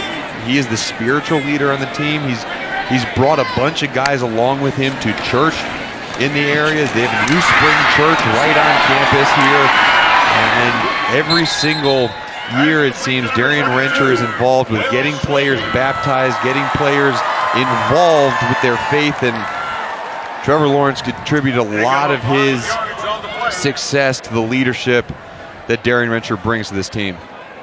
Yeah, Mark, the other thing that they said was that he's one of the most respected guys on the roster just because of exactly what you just talked about right there. I thought it was really interesting to hear Trevor talk about his relationship and his friendship with him and how much, they've grown together in what they've been able to do on the field, but also, as you mentioned, off the field and his spiritual growth. And that's something that Trevor says has been a huge key to his success this year because, as we mentioned, he has had a lot of noise, outside noise, talking about could he repeat what he did last year? Would he get any even better? And then what happened with all of these interceptions? And he says that that's something that he's relied heavily on is his faith in the people in that locker room. And how cool is it, Darian Rencher? Player injury. He's having this leadership role, and he came in as a walk-on, is elevated to that high level on this team. Corey Prince is the injured Wofford Terrier. We'll check on him when we come back.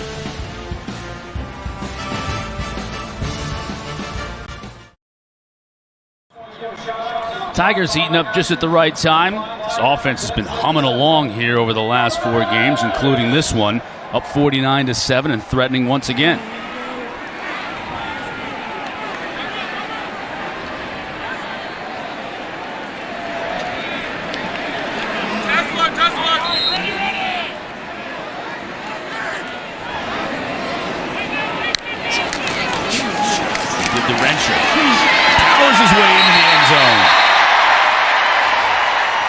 the sideline's just erupting right now. We talked about his influence on this team. You have guys running over to congratulate him. You see some respect for certain guys as you go through this league, through college football. Darian Rencher is one of the guys that we talk about when you look at these ultimate leaders. And I mean, just look at his teammates. So excited for him. And there's Dabo Sweeney giving his leader a little love on the sideline.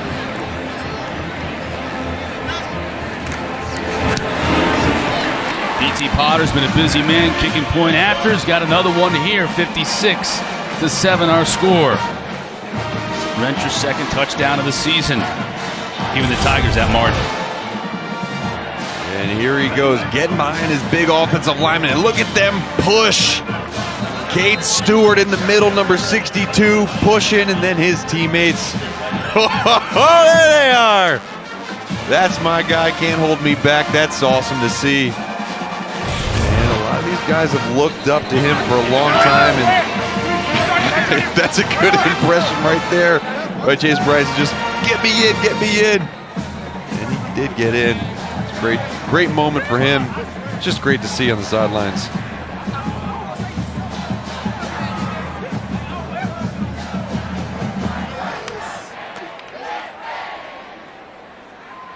A lot of push-ups for that Tiger. A lot of push-ups today, huh? Looks like you out there. What'd you say? You could do what? You tried to do what? 5, 6. 200 push-ups?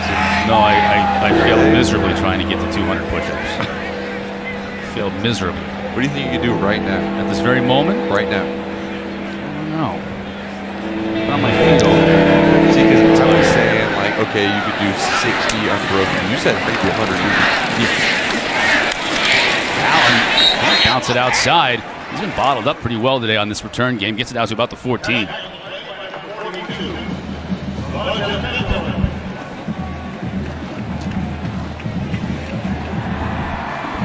So with just over 3 minutes left to play in the third quarter, we'll see if Brent Venables starts to go to some second and third teamers on this defense that has performed so well today. Although on that last drive, the Terriers were able to come down and score. So, yeah, last drive, you saw Wofford be able to move the ball a little bit. And when you talk to their coaches, Wade Lang said this is probably the best skill group you've ever had, and it's deep. And you see Jamari Broussard right there. You know, he's towards the end of the depth chart when it comes to running backs, but they have skill talent at a lot of places, and he thinks that they are probably the most complete offensive team that he's had here in his 32 years of coaching. Yeah, Broussard's able to pick up 5 yards on that first down. Very unique offense. It's that option, but they have spread principles, run the option out of the shotgun.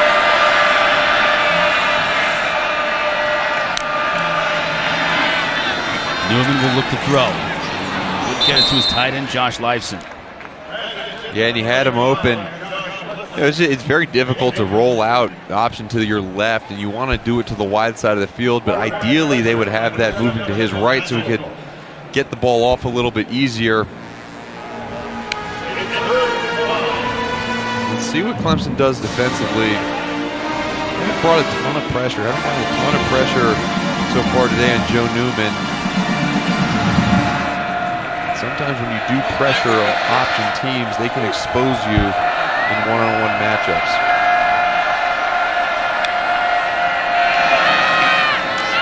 Newman going up top, has a receiver open. That's Van Cleve to the 30. He's going to score. Wow, and how about that? We talk about multiple positions. They have a slash position on this team, and Van Cleve is one of these slash guys that during spring ball they put wide receivers and running backs together so they can learn both spots and they can be even more multiple on their offense. And you saw right there, Van Cleve, who is listed as a running back, lines up in this wide receiver position in the slot right here in your screen. And as this play happens, he just does a double move on the safety, a little out and up, and gets wide open for a touchdown. Uses his speed to outrun the Tigers secondary, and Luke Carter with the PAT, and Wofford has scored on consecutive possessions now. Yeah, and let's see it right here. He's going to be matched up one-on-one, and he gets up, makes a little break out, and then right down the field with no deep safety for Clemson.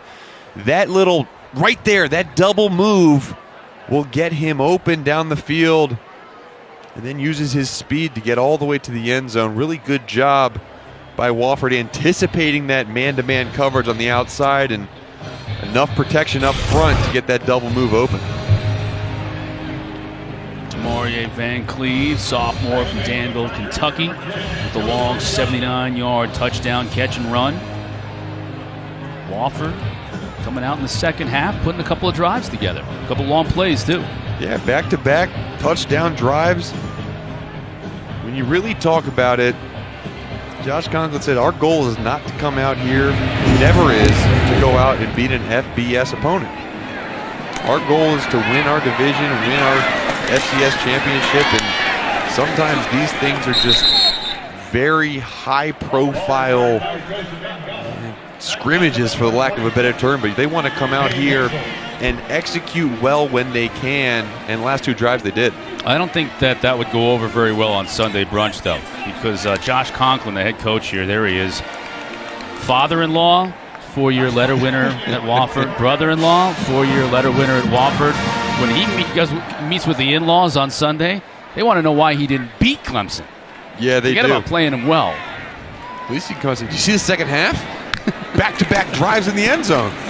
He's got to answer not only to the alumni, students, faculty, fans in Spartanburg area, his family, the in-laws.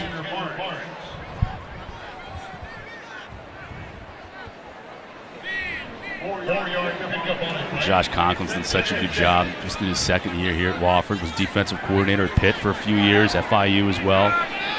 Won a championship last year in the Southern Conference. I wonder if that played into his decision-making to take this job at all. That pressure at the Sunday dinner table like you talk about. And got it with the first down catch. Just send it back to the studio in Jordan Cornett.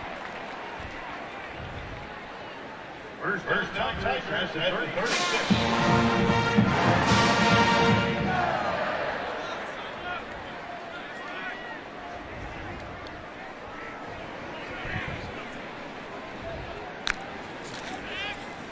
All right, thanks, JC. Back here at Clemson. Flag down on the play is Michael Dukes. Still on his feet. Good run by Dukes. In spite of the flag, freshman out of Charleston, South Carolina, getting some run. Offense, number 78, 10-yard penalty. Still first down. Chandler Reeves, guilty of the infraction. We'll move it back. Safe to say Dukes has some jukes. Showed him right there. Another true freshman for Clemson. We saw Ches Malusi a little bit. Now Michael Dukes. It's fun to see the talent that's just budding at this Clemson team. And they love to be led by their fifth-year seniors and their seniors and redshirt juniors. But lately they've had such good recruiting classes that it's really exciting to see some of these young guys who are going to come into their own. And that's one of the reasons why there's not a ton of drop-off, especially on the defensive side of the ball. They lost all those All-Americans up front. But these guys who have backed them up got a lot of playing time. And when you average playing 77 players a game, you get a lot of guys' experience early on in their career that pays dividends later. How about these great freshman classes? And last year's class had 17 early enrollees. That's an unbelievable number. It really is. And that's the evolution of college football these days. You didn't have anybody enrolling early when I was coming out in 2005, 2006. And now you see so many guys graduating from high school early and getting there to their colleges so they can be even more prepared when their time comes to shine. Clemson shining today, 56-14 after 3 quarters here on Military Appreciation Day. Humming in all 3 facets of the game. 4th quarter coming up.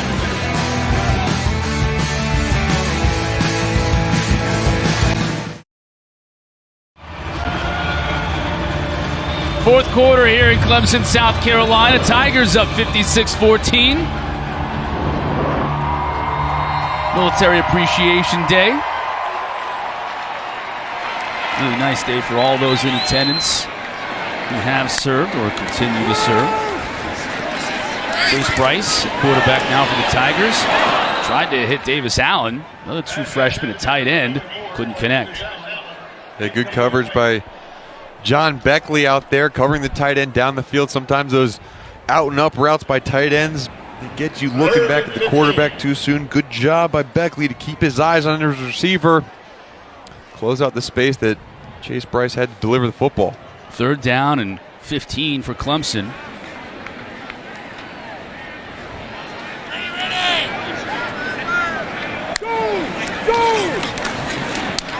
Bryce under a little bit of pressure, gets away from it, gets it complete. That's Dukes' running back is going to be close to a 1st down. Got a flag behind the play, a couple of flags. We may have an illegal man downfield here.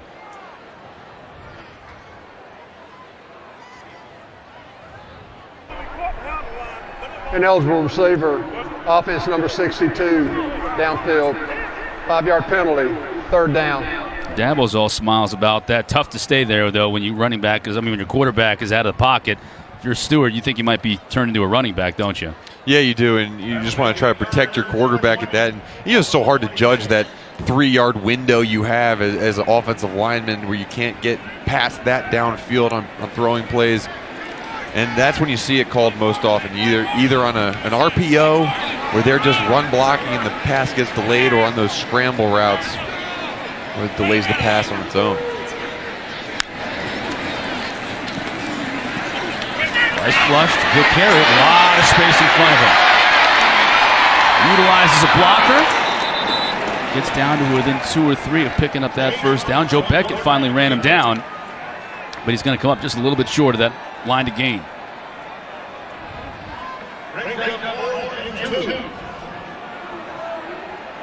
And Chase Bryce saw a lot of yards in front of him. He just had a lot of yards he needed to gain. It's going to be good for his average yards per rush. 19-yard pickup, but just not enough. Just the 2nd punt of the afternoon for Will Spires. Demorier Van Cleve deep. He had a long touchdown reception earlier in this game, and he's got 1 punt return for a touchdown. But he won't have an opportunity here. Fair catch at his own 21. Terriers back on offense when we come back. Clemson's in control here early 4th quarter. Kelsey Riggs has decided to get some exercise this evening, taking a tour of Memorial Stadium. First the hill, now up the upper deck, which is about the steepest upper deck in college football, all the way to the top, where she found some hardy fans who are enjoying Military Appreciation Day today. Kels, where you at? Chris, I just want to make sure that you noticed at the end that I finished really strong. I got tired for a second, but I realized that you guys were watching, so then I sprinted the last 3 steps. My heart rate is still at 130 right now. I'm all the way at the top. These seats, man, it took a long while to get here, but underrated. The view up here is spectacular. I'm always impressed when I watch Clemson games, especially a game like this, and how many fans stay. They do. We had, over 75, 80,000 here earlier. You come all the way to the top, and there are still fans up here. I know you guys are looking at the field right now, but I want to bring in my friend Matt, who I just met. Matt drove here from about 4 hours away here with friends and family. Matt, I asked you, and the score, I said, Chris, I'm going to be honest, I said, I don't even know what the score is because I think they scored again while I was on the elevator. Yes, I cheated. There was an elevator involved, but only because there was no stairs, and that was the only option at that point. Okay. Matt, what makes you want to stay? We just love the Tigers, love the community. It's all in family. I told people just a second ago that I think these seats are very underrated because, first of all, you've got an incredible view of the field, but you've got an even better view maybe of everything in the lake. What's it like in being here with your family and getting to have this experience? What's it like, guys? Is it a great experience? Yeah. We always say just go Tigers. There you go, you guys. So I don't know that I'll get down quite as fast as I got up. Maybe I will. I still need to catch my breath, but I don't know, Chris, Mark, maybe one of you guys could go down to the sideline and do the post-game interview, and I'll just stop halfway in the booth. Would that work? 2 hands on the rail on the way down. Like I said, that is a steep section of stands up there, so be careful on your way down. We'll see you in about 20-25 minutes by the time you get down. Yeah, we'll see if I make it for the end of the game interview or not. That's my timing right now. I'm sure those red shoes will help get you down in a jiffy, too. Fumble on the play, recovered by Wofford, but it was third down. Backwards pass. So Wofford forced the punt. We got a chance to see Miller Mosley, the backup quarterback for the Terriers, in on that possession. Will Sweeney back to return this punt. Sweeney getting involved in the offense a little bit early on in that third quarter. Now an opportunity to return punts. Fair catch at his 34. That's where Clemson will take over after the 40-yard kick. Up 56-14 early fourth quarter.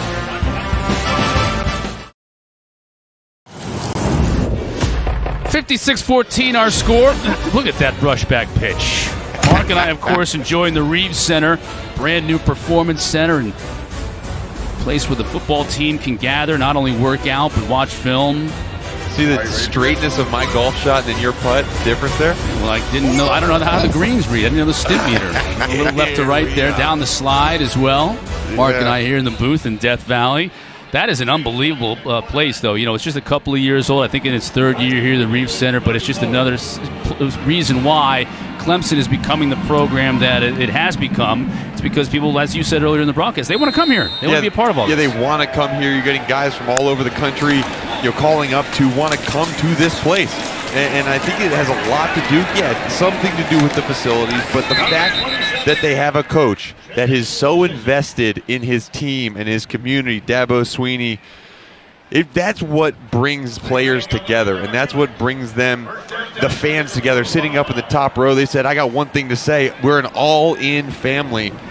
And Dabo Sweeney, I saw that 11 years ago when he had his first win in 2008. Unfortunately, it was versus my Boston College Eagles at the time, but we were talking to him. We were talking to him yesterday, and he was remembering that. And then the following year, when I was diagnosed with bone cancer and had to sit out, he and his All-In Team Foundation raised money for Ewing sarcoma awareness and had his entire team sign a number 94 Herzlich jersey and presented it to me before the game. And it was a really special moment for me to understand that we are competitors on the field and we are going to fight as hard as we can against each other when it comes to football. But at the end of the day, we are this ACC community and that we can all come together for something bigger. And he has instilled that in his players, in his coaches, in this entire organization. Just a really fantastic place, and because of that man right there, Dabo Sweeney. So big thanks from me, from the bottom of my heart, to what he meant to not only me, but my family and my recovery. Yeah, it's great. Thanks for sharing that. That's awesome. Coach Spaz was there next to you there in that picture, so pretty cool moment. And it does certainly speak a lot to the culture that Dabo is bringing here to the Clemson Tigers. Winners of 2 of the last 3 national championships. They've won 23 games in a row, 20 here at home. Unbeaten and ranked number 4 in the country right now. And when the brand new college football playoff rankings come out on Tuesday night, 9 o'clock on ESPN, we'll find out where they slate in relative to the Buckeyes, Crimson Tide, LSU Tigers. Nice pass by Bryce.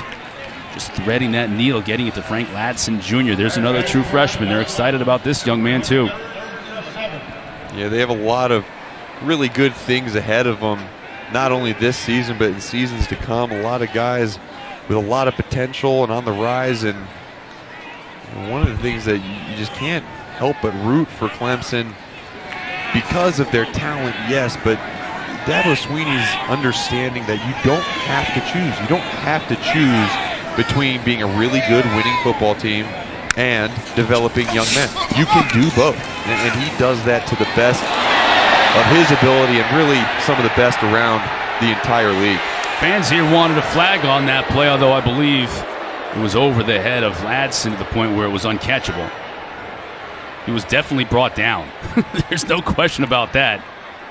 But the pass from Bryce was over the top.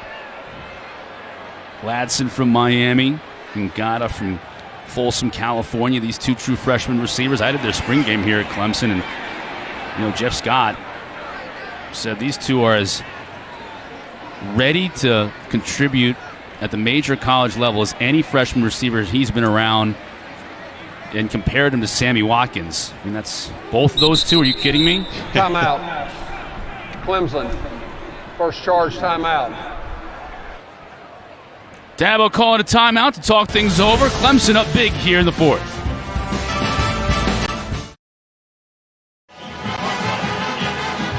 Tigers lining up for a 35-yard field goal attempt. B.T. Potter on to attempt it. First field goal attempt of the game for Clemson. Too busy putting the ball in the end zone on their other drives. Bogging down here on this one.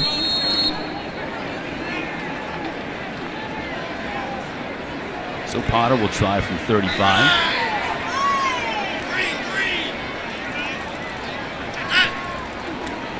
High snap brought down. Potter can't connect.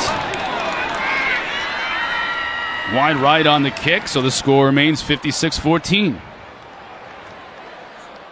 Potter just 7 of 13 on the season. So this is again, fourth quarter.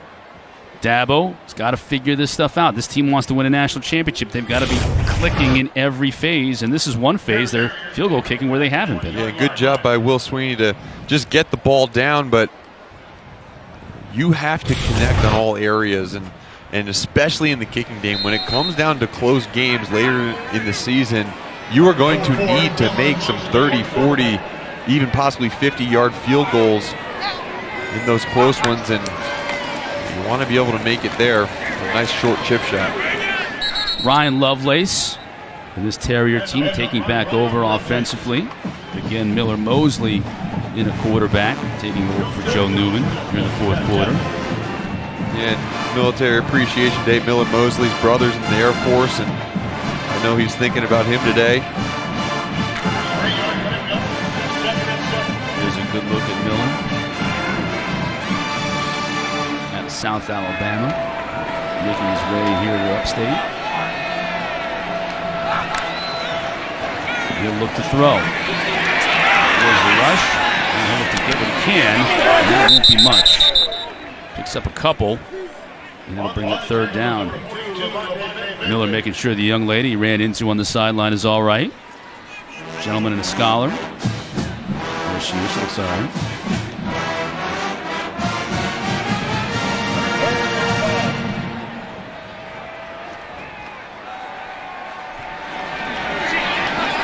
Third down and 5 for the Terriers. Mosley flanked by Walker and Allen in the backfield. Press coverage on the outside. Clemson. Allen gets the handoff. He'll get the first down and powers his way for an additional 2 or 3 yards. This guy's just 5'9", 180 pounds. He runs tougher and bigger than that. He does. Size is relative. And you ask a small guy, and Chris, you know this well. Small guys will tell you that it's not about our physical stature, it's about our will inside to get yards. And I like how you just played off the fact that I referred to you as a small guy. What? Fresh set of downs for Mosley. Flag down as the pitch man takes it just back to the line of scrimmage. Levante Bentley there on the stop for the Tigers. Personal foul, shot block, offense number 66 and number 69.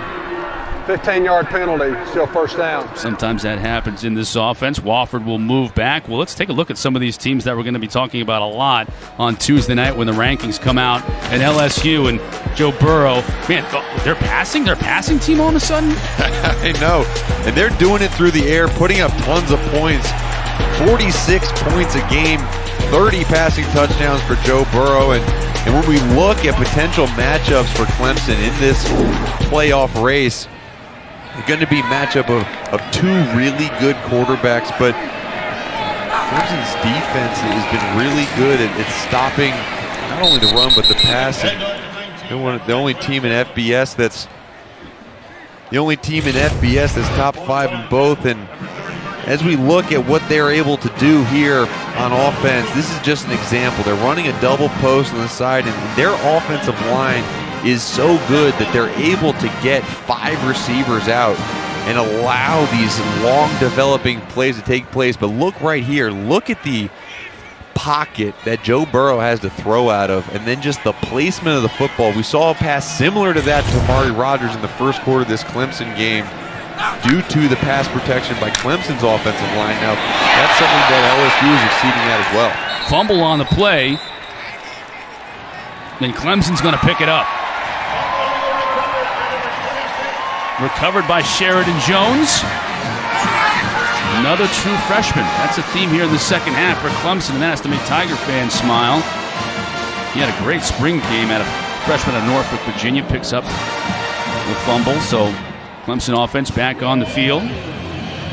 That's the one thing when you talk about Burrow that has NFL scouts salivating. His placement and his accuracy has been unparalleled in college football. Yeah, you don't see tons of those passes that are just gunned in there, but his ability to drop the ball in where it needs to be, and you look right there at the rankings, and it's going to be good on good if these two teams end up facing themselves in the college football playoffs. And I think that the factor that's going to lend itself towards Clemson winning or losing that matchup will be the ability of the D-line to get pressure by just rushing 4 guys. If they can get Xavier Thomas and Niles Pinckney and Tyler Davis and Logan Rudolph the ability to get in the backfield and some pressure on Joe Burrows, that would bode well for them and allow them to drop 7 back in coverage against those talented wide receivers. Clock here winding inside 6 minutes. Will Sweeney on the reception, last down. This time it's Michael Dukes. Gets what he can. Couple of yards. It'll bring up 3rd down for Clemson.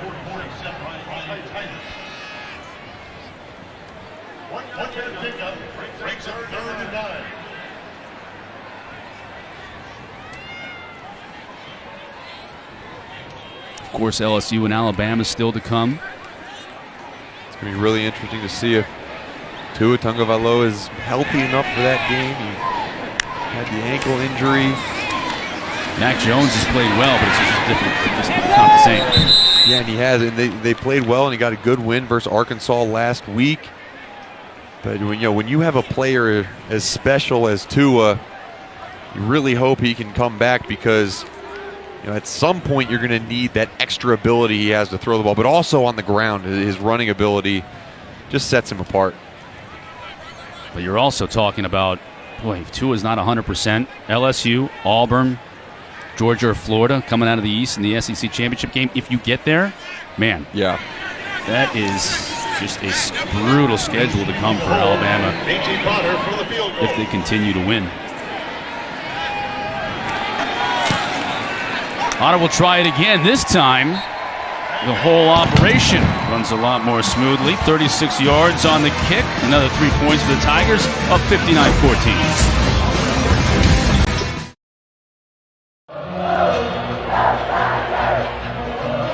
Again, chaos in the ACC.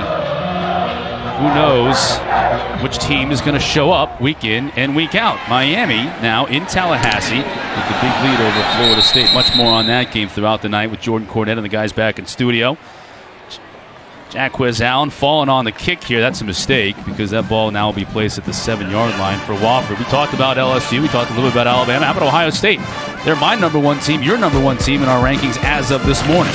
Yeah, and when you look at this team, doesn't matter whether it's offense or defense, you have to know where number 2 is at all times. J.K. Dobbins, running back for Ohio State, and Chase Young, the dominant defensive end.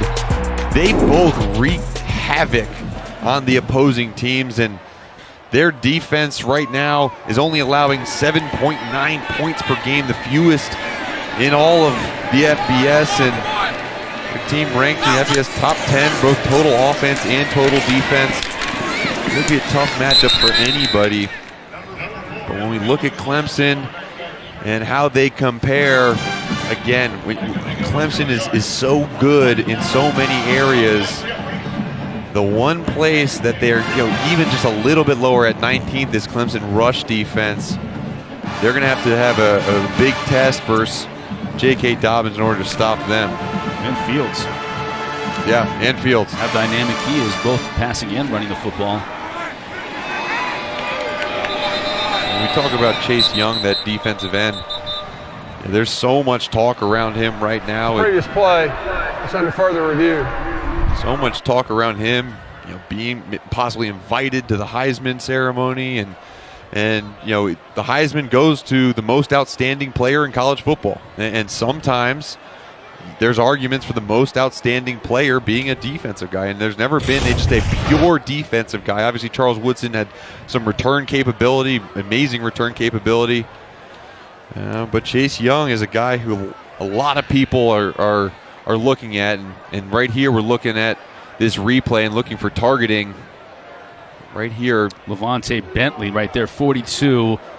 I think that's pretty obvious, don't you? Yeah, well, when you went to the referee clinic and they do some teach tapes for the referees on what targeting is, this one will be at that next year, because you have lowering of the head, you have launching and hitting in the head.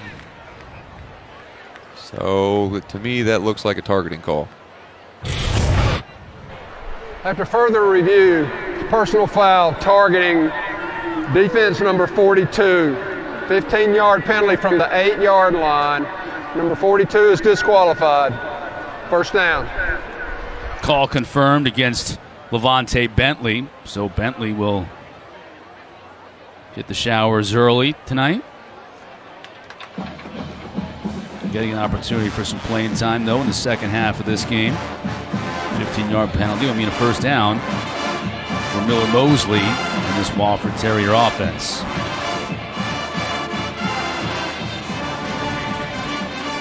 It's a young player, another true freshman. Sometimes you just get excited and kind of forget technique, and right there he just ducked his head. You get worried about the person on the receiving end of that hit, but also about the person delivering the hit, because with your head down, a lot of compacts that spine and leads to some head and neck injuries. Been waiting all night long for this one. Oh, yes. Rook or row on the stop.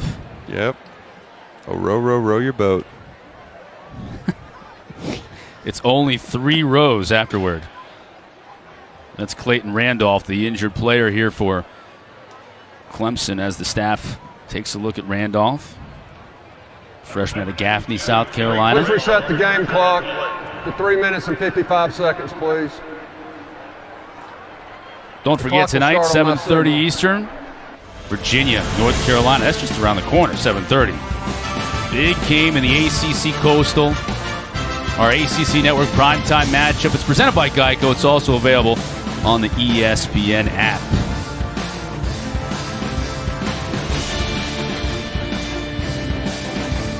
These two teams obviously been playing in the ACC against each other for a long time. 124th meeting between Virginia and North Carolina. Bronco and Mac. A lot at stake tonight. What a year for Mac when you think about it. First year back in the ACC, back in Chapel Hill. Both he and Coach Satterfield, first-year coaches here in the ACC, have gotten off to good starts. Yeah, they have gotten off to good starts, and so Coach Satterfield and what he was able to do against UVA last week and forced UVA to make some turnovers. Didn't get a ton of pressure on the quarterback, and that's what UVA's defense is so good at doing, is getting sacks. We saw they're 4th in FBS in sacks. They haven't had a ton of turnovers on their defensive side, getting them. So they need to try to get some takeaways on that freshman quarterback for North Carolina. You know, Sam Howell. Now, Sam Howell's played really well this year, but he is suspect to having some of those turnovers that he tries to force in, makes plays, some freshman mistakes. Ryan Lovelace on the carry, picks up 4 yards. One of the things about this Clemson defense, and I don't care whether we're talking about the first stringers in the first quarter, these guys, they close on the ball in a hurry. That looked like it was going to be a nice game for Lovelace, and lo and behold, it's 4 yards, which is fine, but those Tigers come out of nowhere. No, they do. And they, when they trigger and when they decide to go, they are going to get there in bunches. And it's usually not just one guy making the tackle. Usually it's 2 or 3 guys hitting the ball carrier because they are all swarming to the football.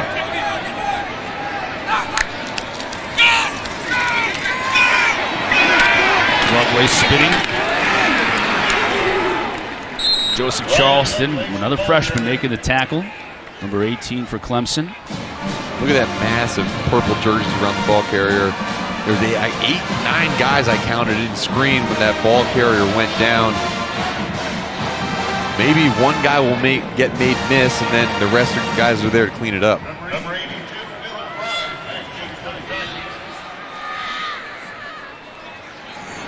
Dabo working to the very end, counting his players on special teams. Will Brown now back deep to receive this punt.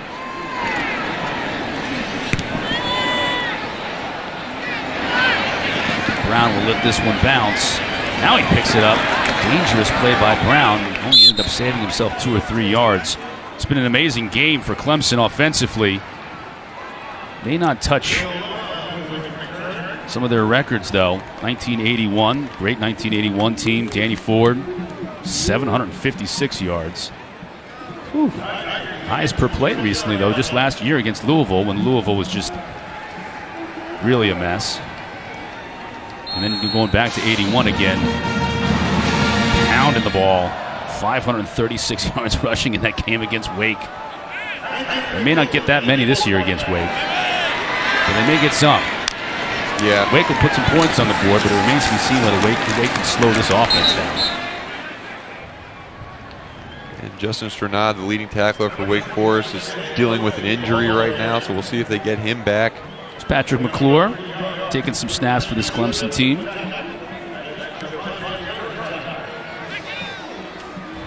Dabo giving some players an opportunity to play here today. Chez Malusi, one of them. It's a shoulder down. Picks up good yardage on second down, close to a first down. Another couple more plays here tonight, and we'll tie a bow on this one. See what Clemson's got coming up. We mentioned at NC State. That's next week on ABC. That game against Wake Forest looming large before that rivalry game here for bragging rights in the Palmetto State on November 30th. They got to go down to Columbia to take on South Carolina.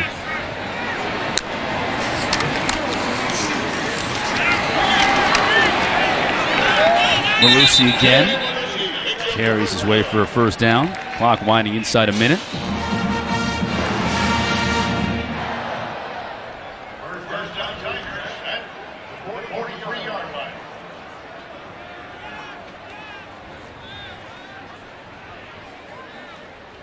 Should be the final play here for the Tigers.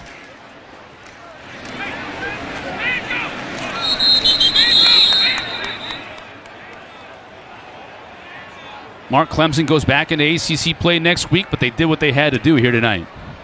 Yeah, they did, and really when the starters were in and first team was in, really efficient offensively. A bunch of huge plays down the field. I was impressed by the offensive line having great protection for Trevor Lawrence. I think he wound up on his back once, and then ran the ball, got a couple banged around a little bit, but you showed their ability to not turn the ball over, to protect it, to be very efficient on offense, and then defensively coming up with that turnover, the interception by Isaiah Simmons. They did what they needed to do. I'd love to see them clean up that field goal and make that, but they are on their way to their stretch, their final stretch to close out this season, hopefully keep an undefeated record. 9-0 once again for Clemson after a game in which they ran for 419 yards, 702 yards in total. Dabo now celebrating on the field. Kelsey's trying to work her way in there to get a word in there too with Dabo. Our final score tonight, 59-14. Clemson Tigers on Military Appreciation Day getting the W. Coming up next, we're going to go inside the huddle. Guys back in the studio, standing by to get you up to date on all the scores and highlights from around the league. So let's send it back to Jordan Cornette and the crew in studio.